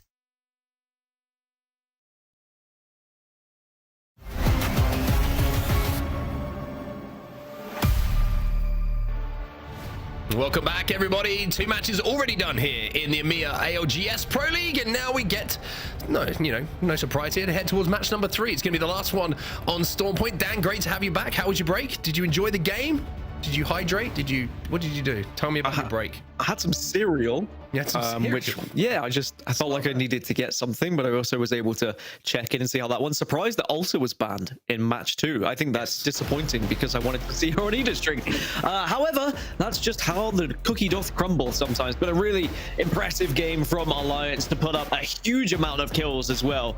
I mean, that's what Alliance are capable of, right? I think when you look at a lobby like this and you look at what Alliance have been able to do historically, when they have games like this, how is anyone supposed to compete? Yeah, I agree with you. I think it's a great point. They're just winning every fight, barely missing a bullet, and everything they're trying to execute is executed to the T. In game number 1, we maybe saw a little bit of a misstep in that fight that we saw them trying to take to clean up some damage, and maybe that just locked them back in a little bit to recognize that it's not going to be the kind of lobby where you can just run through people and make those mistakes and get away with it. You have to make sure that everything is done perfectly, and in these final moments you could see exactly how they played it as well. You see the fuse ult going out, you see them responding themselves with the fuse ult we just saw, from effects, and then they knew that they just had the most space in zone. They knew that the 2 teams, UAIM and Aurora, would have to fight between them, and again, it's just patience and experience on display here from all 3 players. Yeah, I think you're right. Maybe it was just a wake-up call in game 1 where you seem to be pushing one by one and maybe were a little bit overconfident, but perhaps they just needed that little bit of a kick up the backside, because whatever happened, it worked as you look at their performance here in match number 2, because the amount of kills they dropped as well. A 20-kill game is insane, and that will hurtle them up the leaderboards. But now match 3 with both Ash and Alter banned, this does change a little bit of things up in terms of your rotation and how you're going to be able to move across those gaps. Perhaps we'll see a few more wraiths in play with those 2 going. Yeah, well, it's kind of a shame that we're not going to see Ulta on E-District, but we do know how strong she is as a legend. No surprise to see her banned kind of in the same sentence. So, match number 3, no Ulta, no Ash, like you're saying. Maybe a little bit more Wraith we're going to see, even though we did see a fair bit of Wraith in the previous game, but the popularity might certainly be a contest that she's starting to win as we head towards match 4. Into the game then we go, and over to Northpad and Trident and Alliance, the winners of our game number 2, you would imagine, would have earned themselves a POV. Interestingly, Crypto and Sparrow are going to be the 2 most picked legends here in match 3. So depending on who wins and what composition they have, it will be either Crypto or Sparrow banned going into E-District. I wouldn't expect Sparrow to be up there and to be banned, I'll be honest, but people really enjoying the abilities that he offers and the recon as well that goes alongside it. Although the most popular composition is going to be Fused Sparrow Wraith for this game. And we'll have to see how it bodes. Unlocky's going to be over onto the Pathfinder. Remember last week we did see Pathfinder get its first ban as well when we moved over to Broken Moon. So we'll have to see if more Pathfinder starts to pop up now. Also, no Newcastle, interestingly, again, which is certainly, I will say, somewhat of a surprise to see. Not just the fact that we're not seeing a Newcastle ban, so to speak, but just the complete and utter lack of Newcastle. Nobody feeling confident with Newcastle as a pick here on Stormpoint. On zone-wise, we're going to be heading down towards Dev Coast, so Gaimin Gladiators are going to be delighted with that one as we move towards the southeast, and close to them is going to be Nephilim. And Zero Tenacity actually should be able to move pretty fast because they had a ring console at Coastal Camp as well. And then, of course, Zipline Mafia are going to have that rotation through the rocks that you see. Launchpad also has a ring console, if I'm not mistaken. Sorry, it's a survey beacon. Do they have a console that's been hidden? We'll find out in a few moments' time, but the amount of traffic that's going to be heading towards Devastated Coast should let them essentially find out that teams will be arriving and heading down towards Dev Coast. I think a lot of the teams down on the southern side will be thinking, thank goodness, considering that we've essentially had 2 zones that are pulling up towards the very central north area of the map at the wall. So for them, it's a much, much better position to be in. And Dev Coast is one of those as well, where if it does pull that way, you have that very kind of prestigious high ground building that's sort of suspended above the entire POI. If you can get that and hold it down, you almost guarantee yourself a top 5 position should the zone continue to pull that way. Yeah, interestingly, Gaimin Gladiators have a ring console and they've continued to move a little bit further northwest. So either they haven't hit it yet because they were just amidst their looting, so they don't really know, or they were thinking it was going to go a little bit further north, and maybe it's the... They got fused in the comp, so they would have got... Yeah, they needed the blue before they could even get it. Okay, so they didn't know yet, but now they're going to have still priority. I mean, there's teams that are moving on the southern side that are going to try and get there first, but they should be okay. Well, 10K. I found a little Totem Esports, and a single P20 is... not the best of guns, I would say, here for Kashira, but it's going to be a gun that can still output damage. As post-kill is going to have to do even more than that, as G-Dolph has gone down. But I tell you what, the single P20 does enough damage. It's actually going to get 2. And hey, what do I know? Single P20 still does the business here, even with the 2 times on. Kashira keeping it freaky out here. I felt the struggles of a single P20 when we were playing yesterday. It can be very nerve-wracking when you can't just spam both of them and you actually have to aim a little bit, but still does the job for 10K, and they will get the wipe. And I think they needed that for their confidence to go into this next one. They just needed to win a big fight and start to move on their rotation through the map now. As GG, you can see they have just traversed a little bit further south, but they have now realized Zero Tenacity have got there as well, but they have got to that ultimate high ground that you were speaking of. Yeah, this is a building supported by a large crane, and it is pretty much a guaranteed placement point if you can hold it down and the zone continues to pull right down towards the southern side, because it's very difficult to access. Only a couple of zip lines. I'm not even sure if an Ultra Q can get up there from below, because due to the elevation that this particular building does find itself with. So maybe some Pathfinders might be thinking about assaulting, but should be a place that they'll be able to hold down for quite some time. Only 1 times here on the 30-30, which is, again, can be a little bit frustrating sometimes, especially if you're playing for the long game from that kind of a position. And remember, Alta and Ash both banned, so like even if he could get up there, it doesn't matter. They're not going to be in this one. So yeah, no Alta, my bad. You really are going to have to look toward the Pathfinder. There are a few of them in the lobby, but at the same time, a bit of a risk. It's not the ease of an Ash portal or an Alta Q. Instead, you're going to really hope that you survive on the zip line, but with so many teams, yeah, just not really going to happen here. So GG, I think we'll have to keep periodically checking in with them just to make sure that they are not under any duress, but I think they're going to be alive for quite some time here.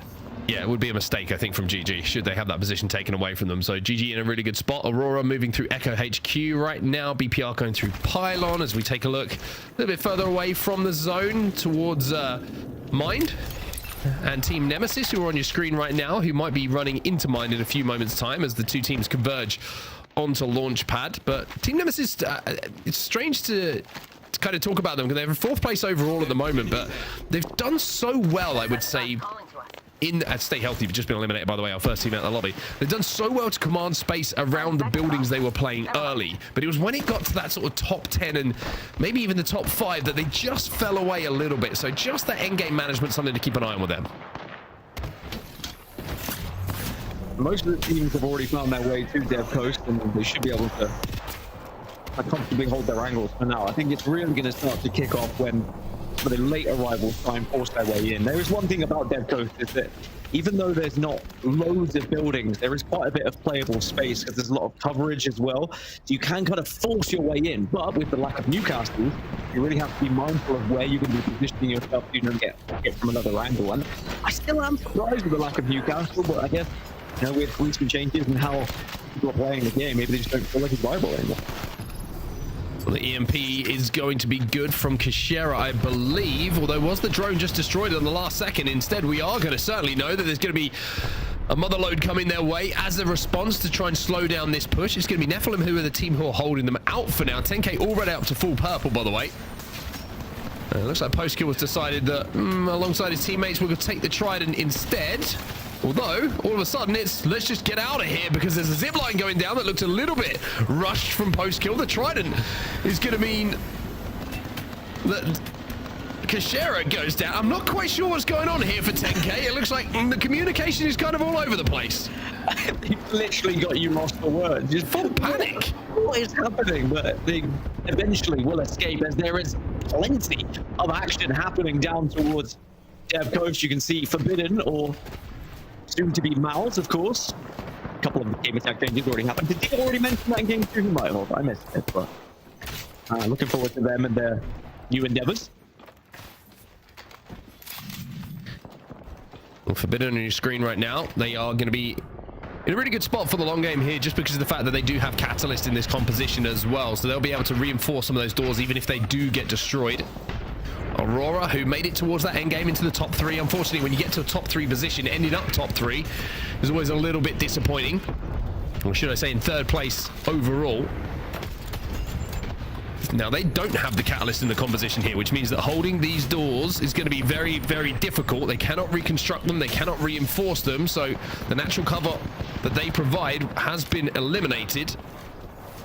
Going to have to rely just on some brute force and some good angles for them to hold themselves out. Now, other teams trying to move in. By the way, Postkill has just been taken down as well for 10K, who looked a bit panicked a few moments ago and continue to look a little bit panicked here. Still alive, but actually trying to escape via coastal camp at the moment as Nephilim move in a little bit closer towards his zone, but still quite a way away. They've got FaZe Clan up on the high ground here, which is going to be maybe a little bit of a worry for them as they try to rotate. But Dan, Nephilim in a pretty good spot here, but they're going to have to move to Echo HQ pretty quickly, I would say. Pretty quickly indeed. A lot of teams are going to have to move fast, otherwise you're going to start to get caught up by the chasing pack. Can always happen with the late rotators. If you've not moved fast enough, you end up getting sandwiched, and you really are not going to want to be in that spot because it's so difficult to try and escape out of. Sometimes you can go back on yourself and really try and force that engagement, and then you pick up some KP, but yeah, you don't want to find yourself in that position too much. Well, fight going down between VCGO and Mind here, I believe. The EMP will go down, which is going to stun VCGO. And also the Stinger Bolt's going to go down. That's the ultimate from the Sparrow, which if they're inside of that vicinity is going to pulse away and deal out damage. Also, ballistic ults being popped. Everything being thrown at this fight at the moment. It's going to be VCGO who get that first knock and stay healthy. And now for Mind, it's a 3v2 situation where they're not going to be able to push. They're going to have to pull out of this. No, please, no. That's what they're going to be thinking as the P20s arrive, and he's going to have plenty of help as VCGO are looking to just try and clean up the pieces here. And even though this is being delayed, I think the inevitable is going to happen. VCGO will get the eliminations and Mind get eliminated from this competition. But now here comes Alliance. It took a little bit too long. EMP, Motherload, VCGO, it might be RIP for you because Alliance are moving in, and Lucky's got himself a Devo as well. You imagine he's going to try and grapple up to this high ground? That's exactly what he's going to try and do. Unfortunately, I was going to say maybe unfortunately, the grapple not quite what he wanted, but the climb good enough. An interesting position that Alliance is going to be taking here from the southeast as well, because when you traverse across that water, you are in a lot of like open ground, and you can very much get focused by teams. But elsewhere, there is some action here. Nephilim have taken down one already. Yeah, this is in Pylon at the moment. This is very, very isolated. It's Baba G who are on the other side of this fight. And Jans is going to have to use his pull to try and get his teammate back onto his feet. We'll be able to, by the looks of things, get his teammate back. He's going to have to hold for now. Now, Lifein's going to actually go for the res in this situation, but he's going to have to watch the push. Knucklecrust will go down. That might slow this push. It's a little bit shaky on both sides at the moment. Jans is the last alive. He has a Devo, but that thing isn't turbocharged. Going to try and play behind the knock, potentially, or is he going to try and just clutch here? He swings in with a Devo. He can't manage to clutch, though, and it will be Nephilim who are finally eliminated. Sometimes you do just want to dive on in with a devotion and see how things go, but sadly, two players just made it a little bit too difficult for I experienced that yesterday playing with you. Hey, as long as I have teammates up, I'll just do the damage and hope that it gets cleaned up. And usually, you did clean it up, so that's all that matters. Usually, I'll take usually. Yeah, that's good. Usually is close enough. 10K are going to be very much outside the zone. You can see on the northwestern side there, that is quite a bit of a journey for them, but mostly everyone else has found themselves down towards the southeast side here. There is going to be a lot of commotion happening though on the western side, because if you look at at like Forbidden, Gaimin, Gladiators, Aurora, Zipline, like they are all going to be fighting one another as they move towards Dev Coast. And still at the very tippy top, you've got GG, SJP2, and VCGO in Devastated Coast. Yeah, GG is still going to be safe inside this next zone, but you can see with that slight ring pull that they will have to move from that extreme high ground a little bit closer to the zone later on. Alliance will be in a great spot, and like you mentioned, you know, now they completely own this side of zone as well. Nobody is really close to them, and their walking will be free. All the traffic is on the other side of zone, which means that everyone's going to take care of each other. Alliance might be in a really good position here to go back to back. Which would just put them in such a commanding position going into the last three. And we know how good Alliance can be on E-District too. Could this be one of those weeks where Alliance just absolutely demolish the competition? And I mean, if they haven't already, even more solidify their spot. That small signpost just almost completely ruined Zane's day with that zipline. So now he gets taken down to barely any shields, and now Zane is going to have to do a huge damage output, but FaZe just get run over. That just didn't look good from any POV you watch from FaZe. Yeah, sadly, I think the small delay in the zip not getting placed in the right position may have cost them there. It's sometimes these minor things, it can be the difference maker, but sadly, they will fall. And in 15th place, only on 9 points, they're going to have to look to E-District to really try and find a way back into this series. Zero Tenacity, you can see what the problem is for a lot of these teams right now who aren't in zone already. They're just trying to force their way in, and BCGO will be able to comfortably hold here. Nono's being respawned at the same time. Zero Tenacity, last team to go down. Bubba G looking to force their way in and win their fight. Zone will do a lot of damage here to BPR, but they're now under duress themselves. Bubba G down to 2, but should, I was going to say, be comfortable enough to get the res, but now they're going to get jumped on. Yeah, Forbidden are going to be pushing in, and they are going to be able to comfortably clean that one up as well. And you can see they just pushed it to 2. 0-0 is still going to be up and waiting for the rest of the team to join him, and they can just make sure they loot up as well. GG still going to be looking down from above here, but as you mentioned, they are going to have to move. And it's about where they go to. There is going to be one building just to their kind of southeast that is slightly in, but then won't be in again. I would say SJP2 now become favorites for this game because they control the majority of this island. So SJP2 going to get some good loot as well by the looks of things, and the shots coming out from Kearney are good enough to force any team back at the moment. Aurora's still alive, by the way, and will be safe inside of this next zone. As we take a look at 10K, who have done a really good job actually of managing to reset to get into this top 10. Remember, they were all over the place when we last checked in with them, but Team Nemesis now forcing them back from one of these fingers underneath that bridge structure that a lot of teams we know have already taken up vicinity in, and post-kill will fall and be finished by Lufka. So Nemesis just trying to decide which way they want to try and go here, because it seems like there's trouble no matter which direction they take. As we check back in with Mouse, oh sorry, Forbidden, soon to be Mouse. And again, they're playing the 2-1 split, which I don't hate. You just really need to be prepared to drop if you are 0-0 here. And okay, yeah, I like it now. You start to regroup as more teams begin to arrive. 10 squads remaining, then half the lobby has been dealt with. Aki with red shields as well, thanks to that red helmet he would have been able to find somewhere on this map. 10K still alive, by the way. Kashera is trying to do everything he can alongside G-Dolph as a duo to find a few more extra points.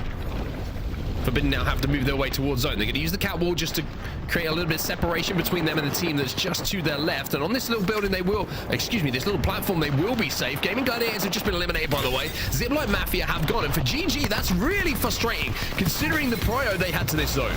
Yeah, but SJP2, remember, they had one of the best positions as well over towards the island, but they are starting to get joined. And Alliance have taken position at just the right time. This has happened time and time again in this matchup, where as soon as someone moves up, Alliance are just waiting in the wings to swoop on in and take one of the better positions. And this is the danger of giving Alliance a free walk-in. As soon as fights happen in front of them, they can just move forward. They can take those fights. Denze being a problem, though.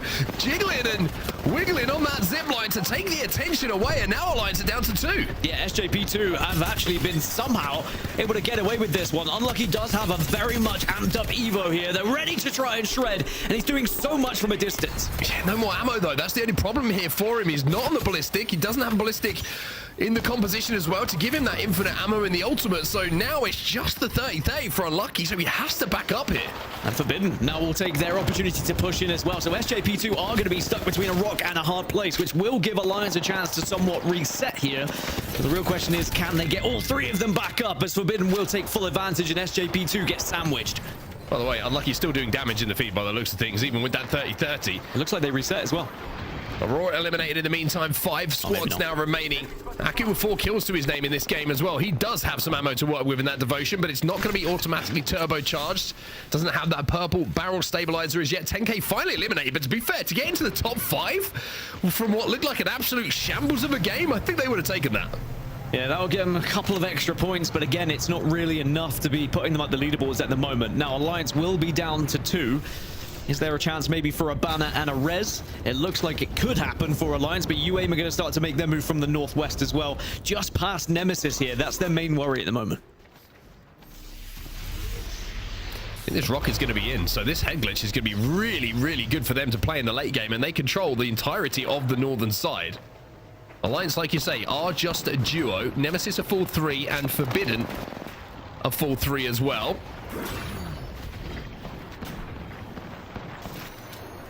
I think Nemesis might actually be down to just a duo themselves. It's going to be Remix Powers and Zuni here in the last alive. So only 2 teams who are full here, as UAIM will make the play onto Alliance's position here and try and take it away. Do they know Alliance are there? Hackis is right there. They don't know Alliance are there. He's in his crypto drone, right? So he's just invisible at the moment.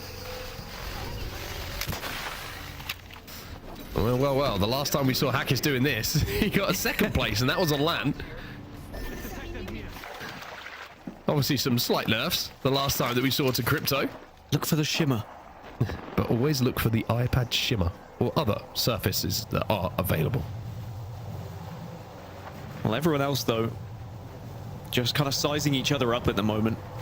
Not only is Hackis alive, but Alliance is also Unlucky, has also found himself on the high ground. I still wouldn't put it out of the realms of possibility of Alliance winning this game, by the way. That's how good they are. I agree with you. Forbidden, though, they are in a very, very good spot. Nemesis are going to be close enough to them. I think the call probably from Hackis to Unlucky, who's now up on that high ground, is find some KP. Everyone's going to have to leave these buildings pretty soon. You have the height, and you have a Devo as well, which I'm pretty sure he managed to, when we saw him leading box, would have been able to find, if not ammo, then certainly a switch to an R99 or something similar to output some damage. So Forbidden are going to have to make this move right now. They know that Nemesis are in front of them. They're trying to spray through the cat wall, but Nemesis now make their play. Unlucky is trying to influence that fight, as you can see from the height. Hackis is pretty close to where the zone's going to be going as well. As you can see, Unlucky does get the first knock. Job done from the first hound that was sent out, and he can just keep going back up and be a nuisance here. And now suddenly you've already found a top 3. Gets the armor swap as well, gets back up to the high ground. That Q reset's going to be so important for him off those knocks. So Hackis also finds himself a kill, by the way. And Alliance, even as a 2, are just being an absolute nuisance in this lobby. Hackis will jump into his drone, will be invisible as he pops his battery as well. And Alliance are just giving the lobby a runaround at the moment. Hackis did find himself within the zone, but now he comes out of it to help. And Alliance are still going. They're back together, and now it's all Unlucky left on his own, but I wonder if it's going to be too much for him to do.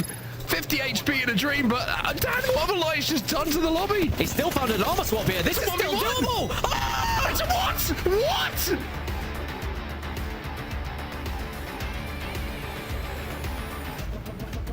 All right, everybody. Okay.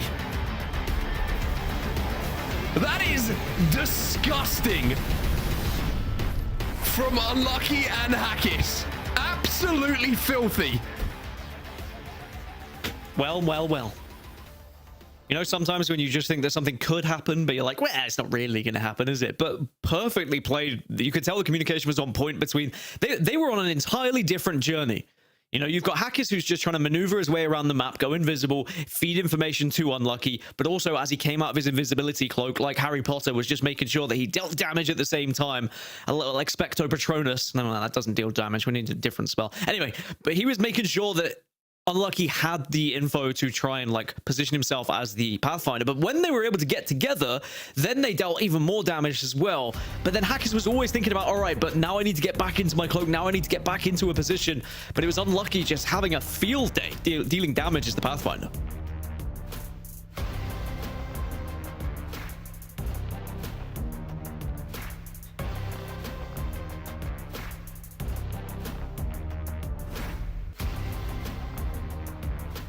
Yeah, it really was just one of those situations, Mark, where Alliance were able to pick up so many points that really just...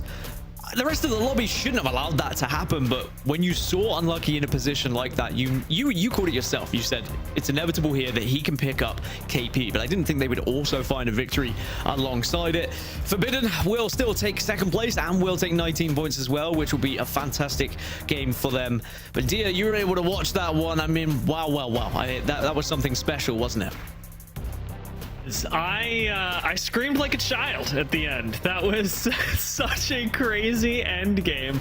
Alliance very deservedly moved themselves up to almost double the points of second place. It is very nearly, but I'm going to go ahead and give that one to them because after having won that game, Onset, Alliance, if they didn't look unstoppable before, the fact they can beat you with 2 out of 3 is pretty crazy.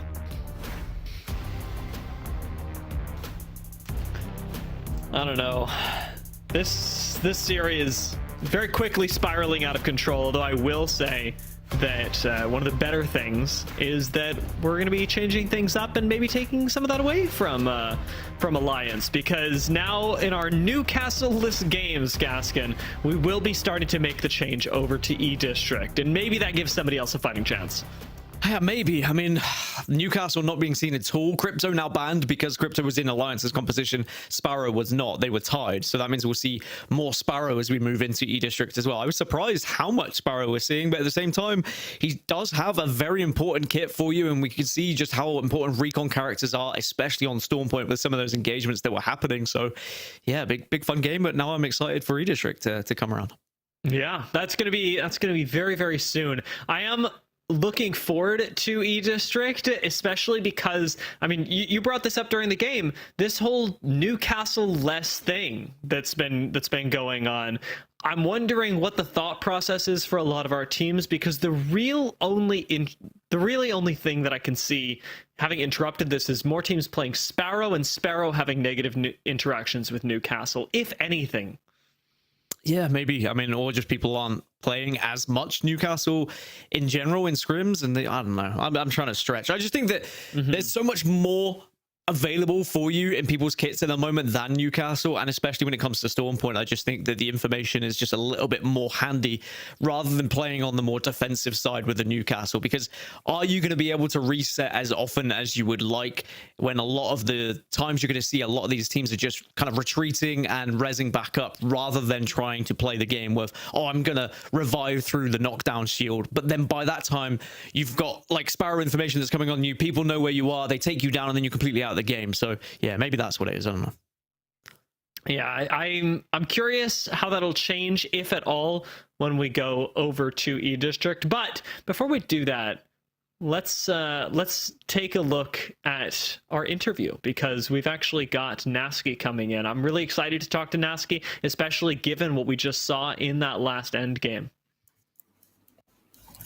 Yeah, what's up, guys? Nasky, King, welcome. This is Thank you very much. a crazy game for you to come in after. Did you get to catch the end of it? I know we have like weird things with the delay and what you're able to see. Well, the delay made me only see like the last 2 minutes, I think, but it was pretty amazing what Lucky did. Can't lie, that looked good. Yeah. You caught the most important part, I think. I actually wanted to because it's the first time that we have you on air since the whole team change thing, I want to talk to you a little bit about what's been going on with your team swap to Ronin recently, because you obviously had to deal with a lot of stress to find yourself in this position. How are you liking the non-IGL spot right now? Is it something you see as, temporary, or do you think that this role is appealing and it's more the direction that you want to be taking things in? Dude, the no IGLing is the game is so easy when you're not IGLing. Holy, I actually can't fathom how people can even die when you're not IGLing. It's the easiest game in the whole fucking world. Sorry, pardon my language. Anyway, I want to say it's temporary, but I don't know. I kind of how it stands right now is that MG is a fairly new IGL. He's doing a great job, and I'm kind of like helping him like like outside of the game. But at the same time, inside of the game, I'll ask him like provocative questions to get him thinking, right? So in a sense, I'm still like, I still have that influence, right? But yeah, I mean, I like no IGLing for a change. It's nice. I mean, I never intended to be an IGL. I ended up just being an IGL way back when because there was no one else that like no one else did it. So I just, okay, fine, I'll do it myself. So yeah, I don't know. I mean, we'll see. I like it. I mean, it's been looking really good. I'm enjoying watching you try something new out, and also Ronan definitely benefiting from having you on the squad. Now, Gaskin, it's time for one of my favorite sections. It's hot takes. So Nasky, because you are the honored guest, I want to offer this slot up to you. Do you have a hot take to present us with for the very first one of the day? All right, a hot take.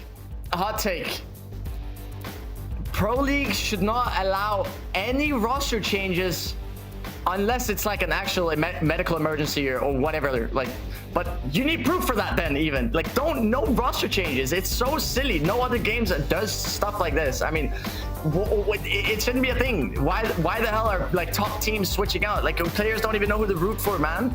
You got orgs switching in and out. Like you got teams switching in and out. Like what? Come on, man. Like don't allow it.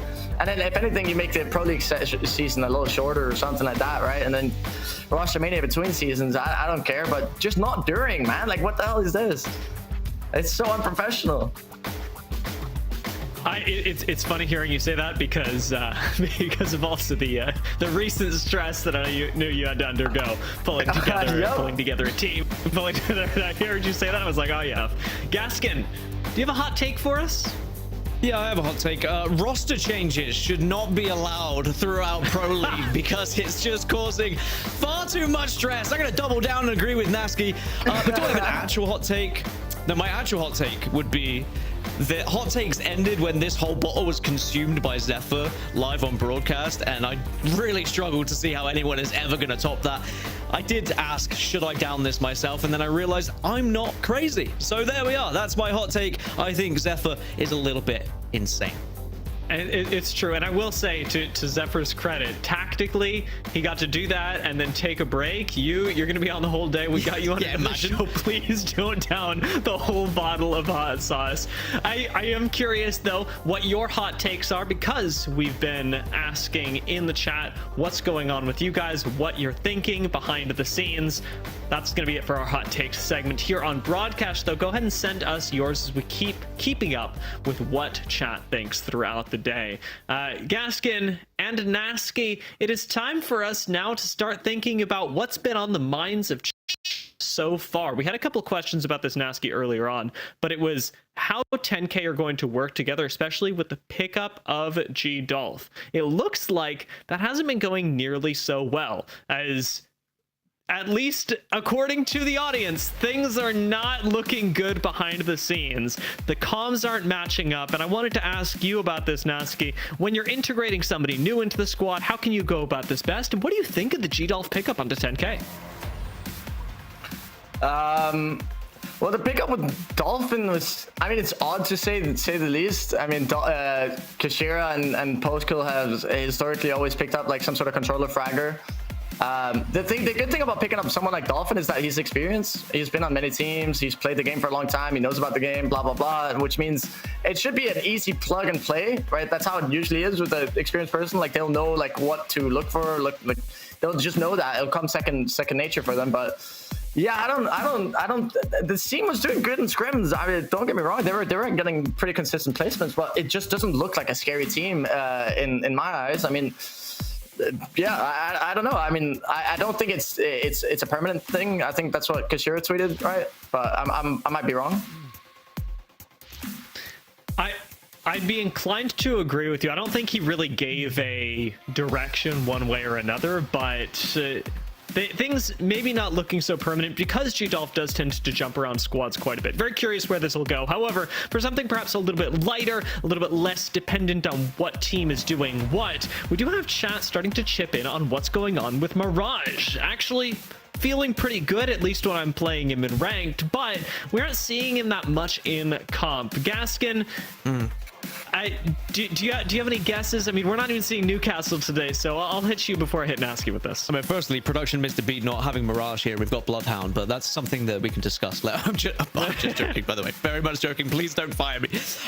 Mirage not being played, I think just his kit is a little bit more selfish. It's not necessarily a kit that can help your team as much as others. And yes, it is a great kit. And yes, you can be able to choose between all the different abilities, and you can be able to change if you want to do recon, if you want to do scans, if you want to get what, blah, blah. But in the dying moments, in those moments where you want to try and traverse from point A to point B, or you're in that final circle, he's a little bit more selfish and less helpful. Whereas a lot of these compositions we're seeing from teams, I think, is just more about helping your team with those certain legends. Now, our last what does chat think is actually going to be a little bit different because it's an important context to what's going on today. A lot of you will have picked up on the fact that when we're cutting to Forbidden, we're alternating between calling them Forbidden and calling them Mouse. And that's because literally an hour before we went, not even an hour before we went live, they got signed. So Mouse or Mouse are now going by that name as opposed to Forbidden, which they were going by before, as they have been signed for the upcoming mid-season playoffs. A really exciting opportunity for them. And Nasky, you know the benefits of having an org, especially as you approach international competition, are very high. Sorry, I'm gonna need you to repeat that one. So too many voices. It's okay. It's okay. I hear them too. I hear them too. I was just. I'm not schizo. I swear. I'm not schizo. I swear. Well, on those denials, unfortunately, we're gonna have to say goodbye. So we'll have to get you in an interview a little bit later because we got more games to play. Nasky, thank you so much for joining us, and enjoy the rest of your stream. Thank you very much. Can I say one final thing? Yes. I just want to say tomorrow when we play, I hope chat is still moaning for Ronin all the way through, and I hopefully we take the dub. I need to hear that shit through the chat, okay? That's it. I appreciate it. I appreciate it. There's a good salute. A crazy hashtag to go along with that, Gaskin. I mean, it's something that's becoming very popular with the Ronin fans, and for good reason. I just want to see it get to LAN so that we can hear it in the audience as well. But as you alluded to, Match 4 is underway, or is about to be underway, dear, as we move over towards E District. And we will lose Crypto, which personally, I'm quite happy about. It means we might see a little bit more Sparrow going into this one. But of course, compositions are going to change a lot because it's a very different map. Yeah, I mean, now without Alter as well, since she was banned off the second game, I find myself wondering what on earth we're going to get. I know that Catalyst is going to be popular because Catalyst was already popular on Stormpoint, but I'm still wondering, is this going to change now with Newcastle being introduced? Are we going to get more controllers? Because we're seeing a lot more Watson than we were in previous weeks as well. Yeah, I think certainly with the district, there being more buildings, you do look towards the more defensive legends to try and secure and lock down those buildings and make it difficult for anyone to siege. But also on the flip side, you might try and play legends that can siege a building a little bit better. But we have already lost some of those with Ash and with Alter already disappearing. But we can look at the POI draft and how it went down. Alliance was the first team to prioritize E District when it came to the picks. Everyone else was kind of looking towards Stormpoint instead. So Alliance at Lotus is definitely going to be a key watch for us here, dear. Yeah, I really, if you're able to lock in Lotus early, that is just so good. And I know that we talked about E-District, at least at the Open, as being one of the maps that you could be more flexible on. A lot of teams were learning it at the time. A lot of teams were trying to piece things together. But now that we are heavily past the halfway point in Split 1, the time for learning E-District is starting to be put behind us. For a lot of teams, including Alliance, you've got this dialed in, and that means that you can make the most out of your POIs, especially when you're able to select them as early as Alliance did. Yeah, I think if you haven't found your way into E-District yet, like if you haven't learned it yet, I'd be asking, what have you been doing? Because, I mean, you've been able to play it enough. You've been having so many scrims. It's been in enough tournaments by now. Why, yes, it's the newest, but at the same time, you just should have been able to have that much practice. So I would expect most teams to kind of know it like the back of their hands and be able to play this one at their very best. But Alliance definitely the team to look out for, not just because they're at the top of the leaderboards, but also they had priority in this draft when they focused on E-District. And also because of whatever happened last game. Whatever happened. Yeah. Just to give the audience like an idea of what happened, Mark actually pulled the cables out of his PC. He got that excited, and that was why we didn't hear him towards the end of it, because it was that insane. And, you know, Mark, when he sees insane Apex Legends, he does get a little bit excited. Yeah, that's the best part, is the genuine physical response to what's going on in the game. And there's going to be a pretty big response to this zone pull, as right now Onyx sitting over at City Hall. It does seem like, however, Gaskin, the little fairy in my ear, telling me that we're going to have to change some things up for this game, because it was not cooked properly. You have fairies in your ear. So first, Nasky's hearing voices. Now you have fairies in your ear. I'm really concerned with what's happening on this show today. Everyone's hearing things that I'm apparently not. But yeah, that is going to be a match restart. Just one of the players, maybe something isn't quite right. But that means we can talk more about this POI draft. I think that as we've looked through, as things have changed, as we've added more maps to the ALGS, what teams are now starting to realize is which maps they prioritize for their draft and where they think they can pick up points, but also which maps have better POIs in general. And I think E-District across the board is a little bit more even, where you're dropping, you're still going to get good loot, you're still going to have a good rotation towards zone as well, depending on where it is. Whereas, you know, Storm Point can be very unforgiving if you find yourself in a difficult POI. So I think that's why most people focus towards Storm Point, but that's all well and good, dear. So many people prioritize Storm Point and then still put like awful amounts of points on the board. So now you really need to dig deep here on E-District.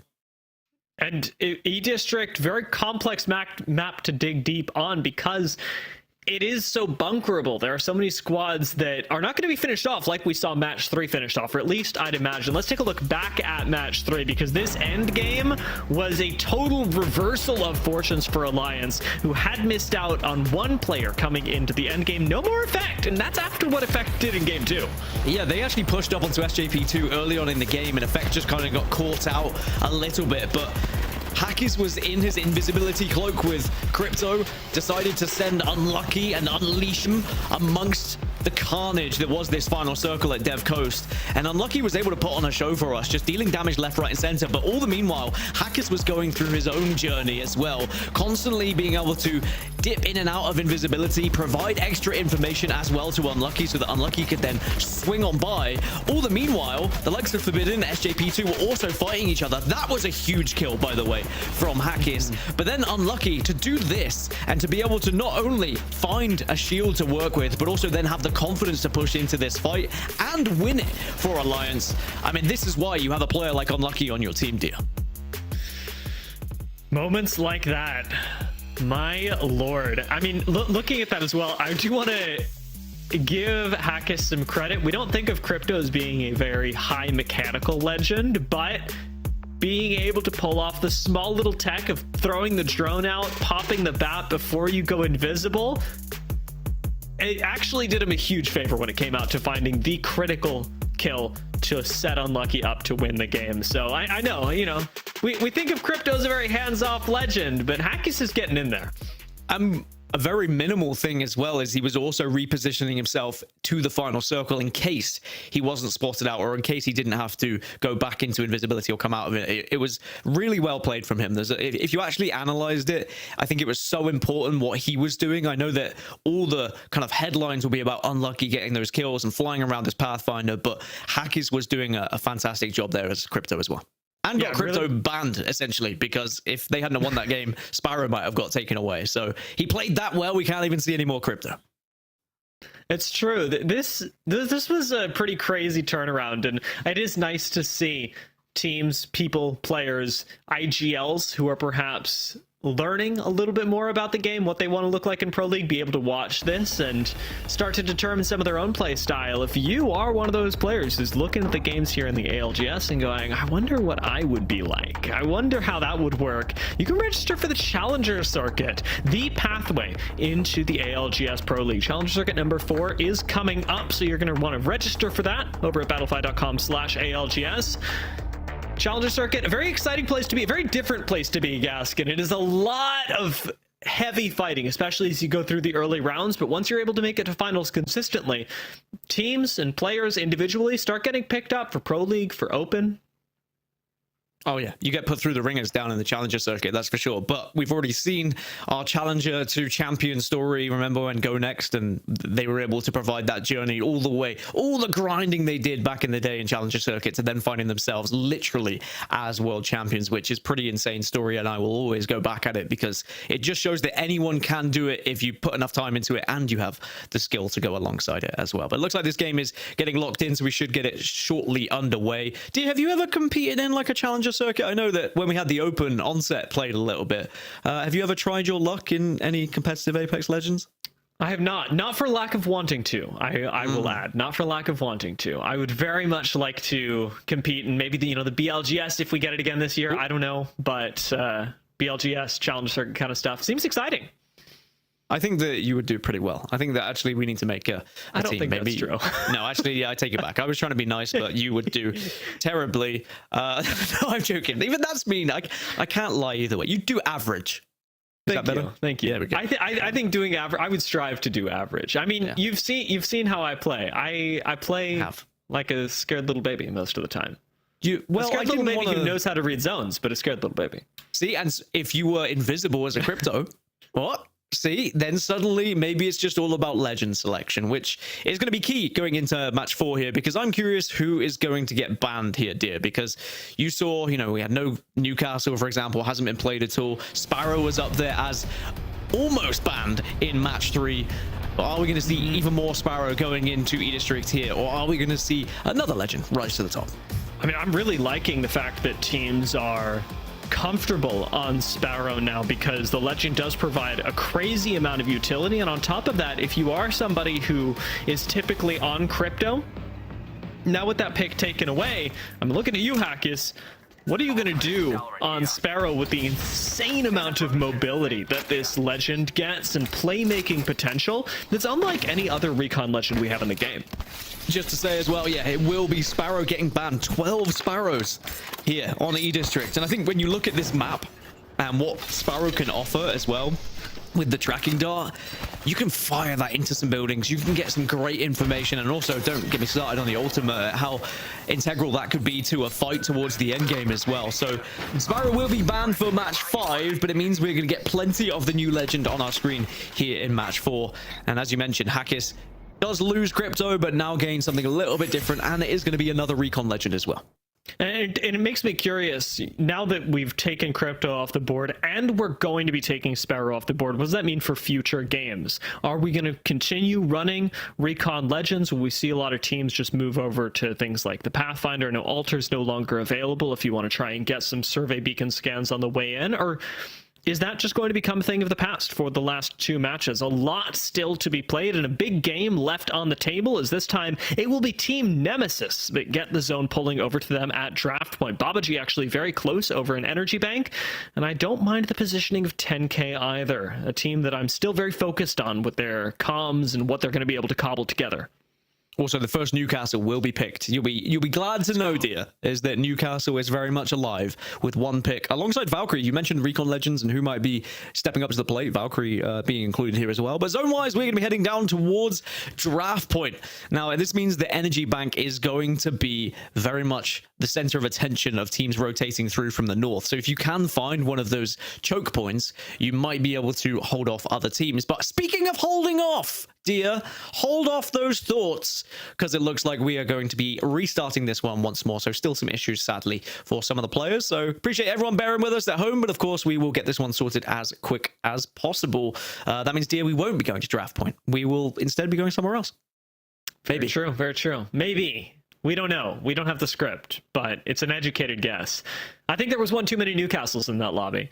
You know, in the break we were talking about the Mirage because we had some audience questions about why we aren't seeing Mirage nearly so much. And well, quite a few teams did actually pull that legend out. I wish we saw a little bit more Lifeline. I remember Aurora was playing very well on Lifeline back when we had the whole care package thing in her ult. Still a lot of potential with this pick. Yeah, I just think that the meta that we're currently in, not only with the TTK, but also with people really wanting to finish kills fast, because is there an altar in the lobby? Are they going to be able to portal back and get away? Are they going to be able to escape with an Ash portal examples? So you really finish the downs as quick as possible, meaning that it's unlikely you're going to be able to get a Lifeline and Newcastle to be able to pick those up as well. So also can happen with like the gun meta changing a little bit with R99s coming back into the fray. The 30-30 is still very important as well, so you can take down someone from a distance. But yeah, I just don't think we're in as much of a reset meta, and that probably is down to the time in which people are winning these fights. So that's probably why we're not seeing as much Newcastle or as much Lifeline. Makes sense. That makes sense. Begrudgingly, I'll admit it makes sense. And I'm curious how the meta has already shifted with this split, with this past LAN, and how it'll continue to shift as we look towards the mid-season playoffs. Let's take a look back at how different, how fun things were over in New Orleans for the Open.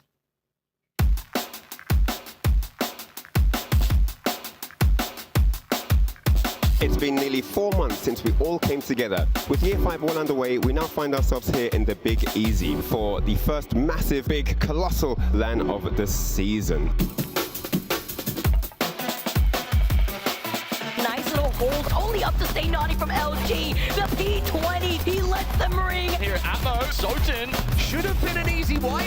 Should have been FWG with the hold. And with the Ash portal on top of it, now it's really up to Kimchi. But Chaotic moves in, he'll find two. He collapses on the damage. Chaotic's gonna swing. Flying away. Ready one.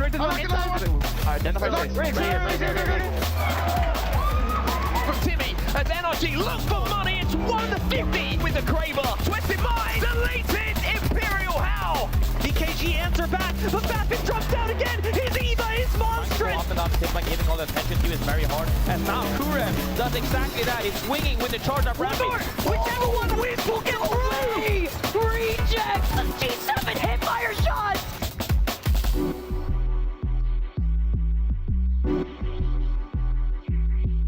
Sykes is the last alive, does what he can for Envy, but it's not enough. It's Alliance. It will close out game number 1 here on Broken Moon. So they put up a huge amount of points. Glory Man, he'll come through the catwalk with the PK and the P20s. And it will be GHS Boom who win your match number 2 here.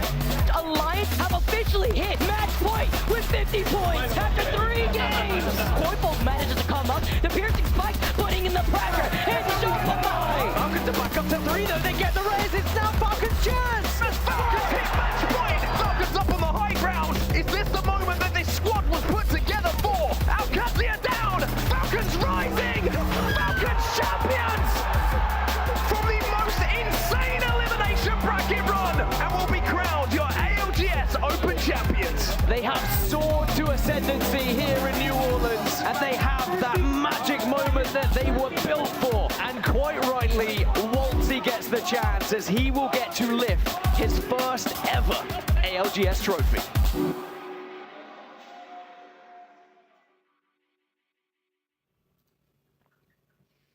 Wild times back in New Orleans, and they're likely going to get even more wild as we approach the mid-season playoffs, Gaskin, because this time it won't be an open. It will just be the teams that have grounded through the Pro League so far who make it into the mid-season and get to strut their stuff. Yeah, and I mean, if Falcons can do that in an open through a grueling couple of days where they had to battle through an elimination bracket, can they really take control at the mid-season playoffs? That is going to be my real question, because now they have that taste of success. is anyone going to be able to take it away from them? Because when we look at historically, teams like this, once they get that first trophy, the rest seem to follow. Now, we can take a look at the POI draft that I was mentioning a little bit earlier as well. Alliance taking Lotus, but everyone else really focused on Stormpoint. I guess the next team that had priority to this one would have been Zero Tenacity taking Heights. Certainly, if the zone does shift to that eastern side, Heights can be a very commanding position indeed. But otherwise, yeah, I'm excited when E-District does get underway. Of course, apologies for everyone waiting on a couple of players that sadly did disconnect, so we had to get things restarted just for competitive integrity, and I'm glad we can get it restarted, so thanks for bearing with us. Yeah, it is nice to be able to make sure that our players actually get to compete. We don't have to rush things too much, because it's better that they all have a good experience and are able to perform the best they can. And speaking of some of our top performers, Unlucky Effect, I think, will come as no surprises as being players rather that are on the forefront of the lobby right now. I think what may surprise a few people is SJP2 coming up right behind them. It's Nate and Denze, who in terms of damage today are 3rd and 4th across the lobby. 3.5k for Nate, 3.4k for Denze. SJP2, despite not having picked up a win just yet, are picking up a lot of kills and damage on the way. Kills and damage, very important, and that's why we're also seeing a lot of Ballistic in this lobby as well. 11 picks, so just under the 12 of Sparrow, so just confirmation it is going to be Sparrow banned for match 5 as well. No one changed their legend on us as we requeued to make things just even more awkward for us, but loads of Ballistic, and for good reason. I've actually been prioritizing playing a lot of Ballistic in ranked recently, just to kind of really see how powerful he is, especially with the devotion in the way it is right now with the gun meta. He can be such an integral part to your team, and that's why we're seeing so many of them, but just not quite enough to pip Sparrow. But perhaps Ballistic could be the legend that gets banned in match 5. Yeah, it's funny, as a Rampart enthusiast myself, noting how over the past couple of patches, it's actually Ballistic that benefits disproportionately from LMGs. When we talk about the Rampage, when we talk about the Devo, these are things that, you know, Rampart loves LMGs, but Ballistic actually gets to use them at full power. It's kind of crazy if you just kind of pop that ultimate and let your Ballistic go off. He can, even if you go down, I mean, just the amount of damage you can output with the Devo in the current state. And we are seeing other teams making sure they prioritize getting an amped up Devo, kind of utilizing the arsenals with one another to make sure that someone gets a Devo with purples, so that you can have someone on your team even if you don't have a Ballistic as well. So all these different methods that people are trying to find a way to get the best guns as possible. But zone wise, providing that this game does carry on, which let's hope, fingers crossed, toes crossed, we're going to be heading up towards the northwest, up towards City Hall. This is like we've re-rolled game 1, because this actually, or game 1, the first iteration of this, Onyx get the zone back in a weird way. Alliance pretty easy rotate. Reply Totem already making their way in as well. And if you are a team that's rotating very quickly into zone, it will mean that you have a little bit less Evo to work with. So you're likely prioritizing things like the 30-30 and the G7 to get a little bit more damage and thus Evo for the late game. Yeah, the 30-30 is just disgusting in the moment as well, and I think it's certainly going to be up there with kind of damage done, and maybe if not kills, because a lot of those kills might not be finished, for example, but certainly damage done and knocks, as we're starting to see already a few engagements happening down towards draft point. 10k have already lost G-Dolphin. G-Dolph caught in the middle of like 3 different lines of fire. That looked extraordinarily uncomfortable. Kashera, to his credit, will be able to get out, but the fight far from done, as 10k may have left, but there are still 2 more teams here who are looking straight at each other. Stay healthy and mind, looking to take an engagement. My dad just asked me, by the way, he just texted me saying, why do I keep calling you dear? Like dear.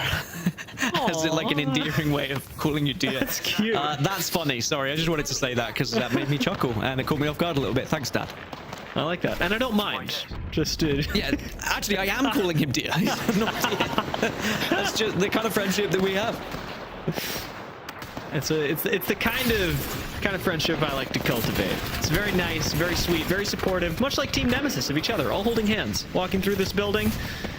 They keep each other safe, and now have a building to play that could actually do them quite well into the later stages of this game if they're able to hold on to it. Catalyst should let this be a lot safer than it looks like it is for Zuni right now. Yeah, struggling a little bit. They were on the back foot, but it looks like they have been able to retreat. but it is a literal war zone at the moment in any of these like major POIs that are traversing from kind of southeast to northwest as everyone's trying to fire their way through and find somewhere to at least call home at the moment. And really, a lot of fights that are happening, but not any wipes that are going down that we've seen much of so far. So teams are at least able to kind of escape and maybe just be able to move forward to the next passage of play. Pulling that rotation off on foot. An even better spot for Team Nemesis was grabbed seemingly for free. Just not enough teams in here to actually deny the rotation. Much as Onyx wished that there were. 10K making a big recovery though, as G-Dolph will come back into the game. I say that. We may be saying goodbye to him very shortly as Nephilim are coming up right behind this, and already Sky needs to see if they can find a little bit of purchase on the health bars of 10K. Yeah, they didn't really get any damage there, so it's going to be tough for them to push in on it. And it looks like 10K are going to be okay for now. So still 19 squads remain, no squad eliminated. As a reminder, it is a 19 squad lobby, has been since the very start. And everyone has now been able to somewhat find somewhere to call home, and they can calmly reside next to each other, but some of those neighbors are a little bit more uncomfortable than others. Kazakh making the risky play. I think we'll get back up to safety as he didn't get cracked or immediately taken down. But even now, things getting a little risky as he's not got the safety of the Wraith anymore. Kazakh on the low ground, surviving for the moment as Aurora tried desperately to cover their Wraith. I think Kazakh's gonna get back into this one and bring the team with him. Quick thinking from Kazakh just to try and reposition with the Wraith as we check in with Alliance and their journey on in. And it looks like they want to take on Reply Totem here. Alliance are sometimes ruthless with their aggression. Unlucky's gotten enough damage now to be able to push in. Forces out the defensive mother load, and that means Alliance can take their time. Creative climb around the outside. Gets Unlucky the best angle to fry Totem alive. Catch gonna be the last one alive in the corner, and Reply Totem are gone. As soon as Alliance decided this team was going out, their fate was sealed. And you see the benefit of knowing the map well as well. Unlucky knowing exactly how he was going to clamber up to that next building. I think your more average Apex Legends player may have not tried that play or may have even failed that clamber. A pretty easy one when you watch Unlucky do it, but he just knows this map so comfortably now, as most of these players should. Yeah, it's an instinctual movement for Alliance and for a lot of our teams that do put in that extra effort. Next zone going to be pulling us a little bit further towards the south, and so a team like Alliance, and especially a team like SJP2, will need that intimate knowledge of the map to make their way safely down further south in City Hall. Yeah, they'll be one of just like, what, 4, 5 teams that are outside zone right now. Everyone else has really found themselves somewhere to play. FaZe Clan are going to be a team on the north that could maybe cause a little bit of a ruckus on the northern side, as Alliance is still causing... They're going again. They just want to kill people. Just stop. Just let people play the game, Alliance. It's a nice building you have there. Sure would be a shame if Alliance were to rock up on it. Hackis on the high ground right now. Looks like he owns the building. Should be charging rent on the inside. Alliance do have SJP2 looking over this though, so got to be careful even as they get these first 2 knocks. Hackis jumps onto the outside of the building. UAIM go down. And Alliance managed to reset with just enough time to keep SJP2 at bay. That was a very tight turnaround for them. Alliance play competitive Apex Legends like some people play ranked, and it is terrifying to be going up against them, because sometimes you think, all right, we've got a building, no one's really going to push us and risk this. No, Alliance know that they can take down a team that quickly that a third party can't even arrive on time. The Alliance gas is well and truly a premium here because they have deserved it with how they're playing right now.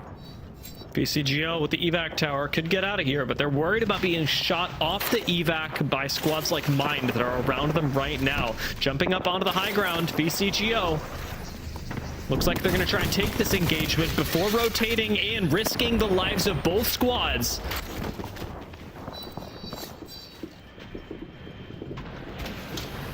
Kind of going to sit back, play this one maybe a little conservatively now that he's heard a couple of other teams. That's namely Nephilim, who's just joined in the area.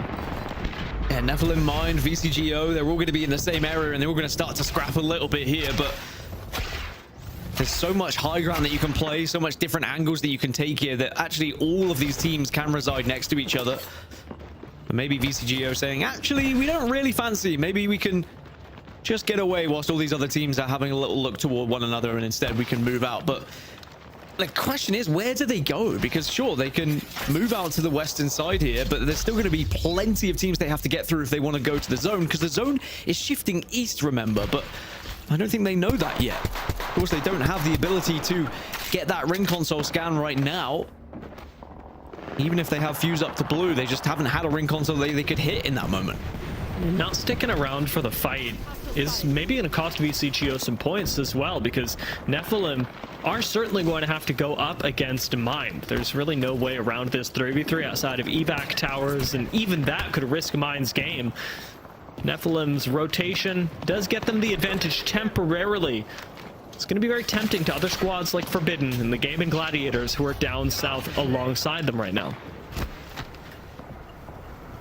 I think Nephilim have got a big decision to make here of, do they want to actually try and win this game and push a little bit further and try and take a more commanding position, or do they play for a little bit more KP and begin to look elsewhere to the southern side? But it looks like 10K are pushing up onto C10 now here, dear.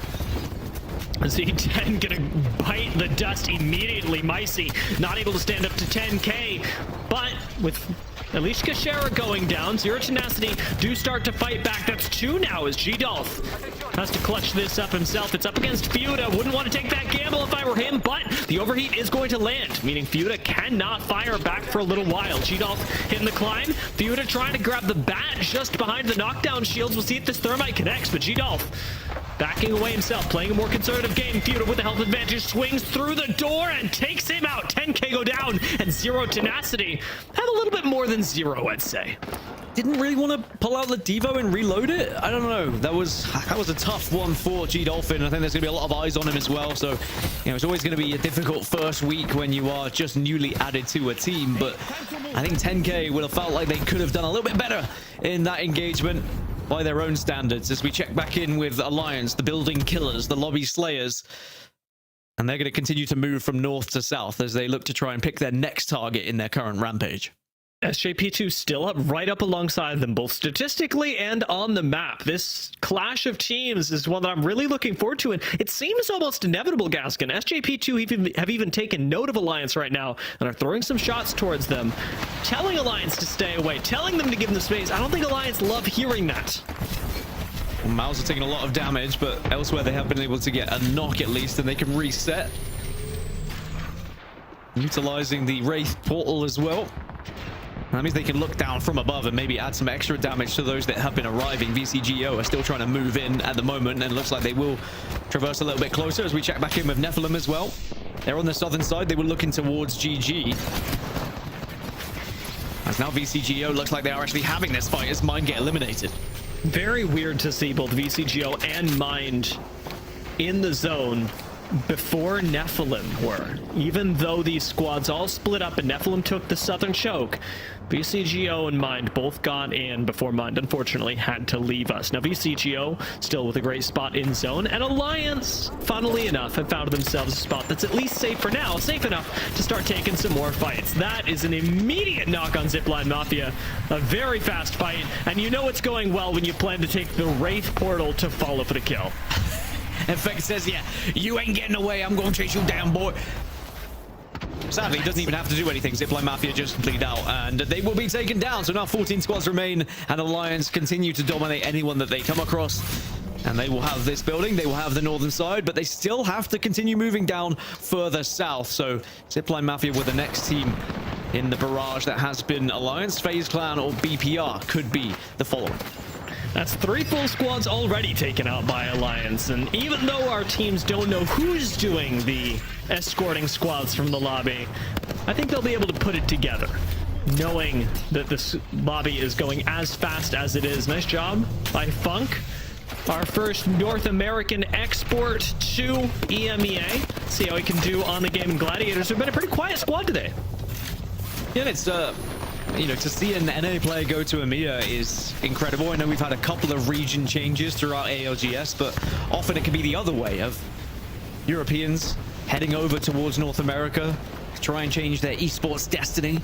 But Funk just going for a slightly different change of lifestyle, very different change of lifestyle depending on where you're moving to as well.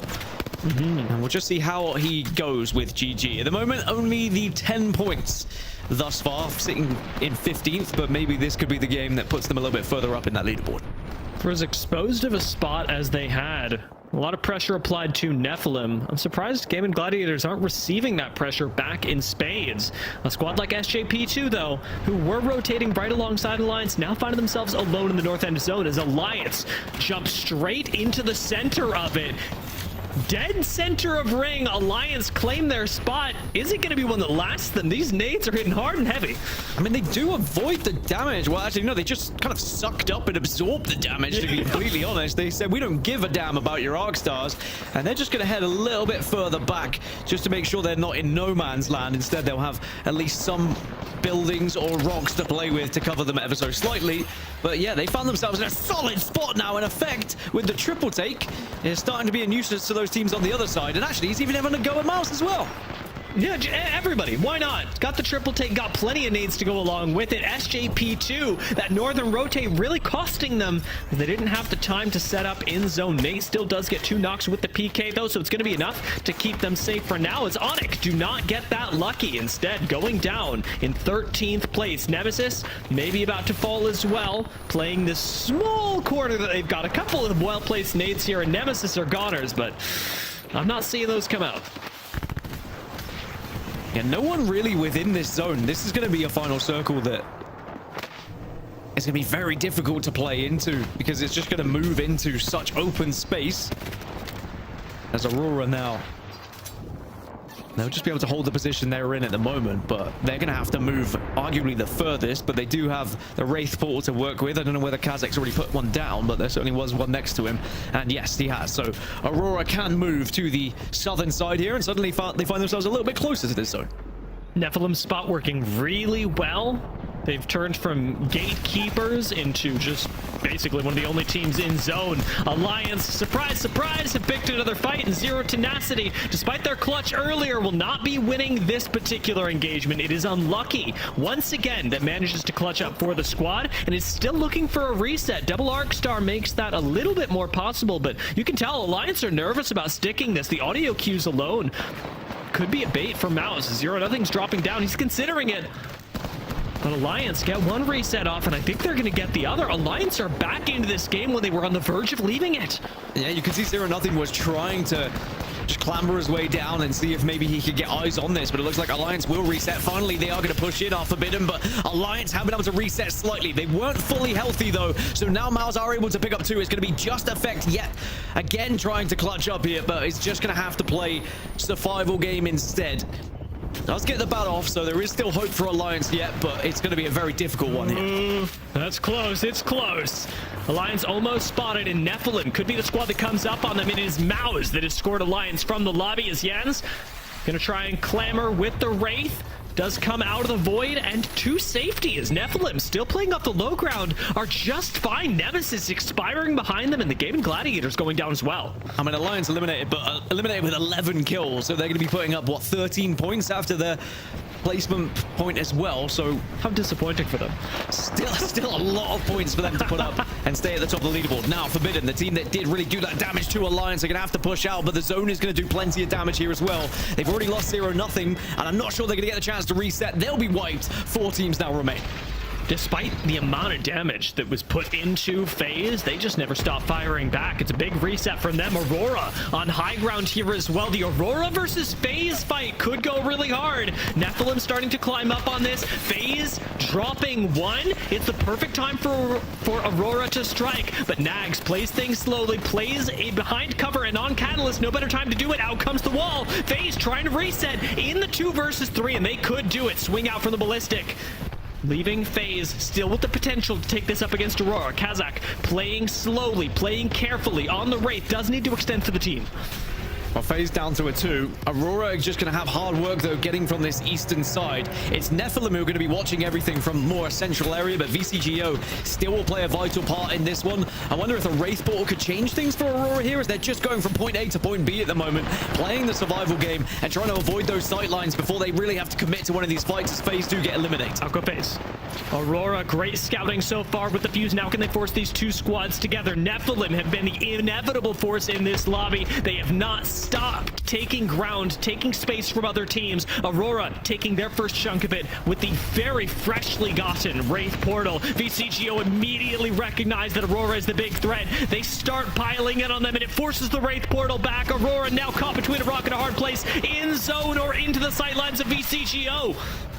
Yeah, I think Aurora are just going to sadly get focused by both teams, but they have been able to find a little position behind the building here, and also the fuse really coming into play just to keep them away at the moment. But Aurora now will lose one. Now they get focused, and Nephilim are sending it on them. But will Nephilim stay healthy, or can VCGO maybe take advantage here? VCGO's jump on Nephilim. It's their game to take. Still one member of Aurora left, but VCGO know that against a solo, they've just got to keep everyone up. No, gonna swing on Kazakh, take him down, taking out Aurora and winning game number 4.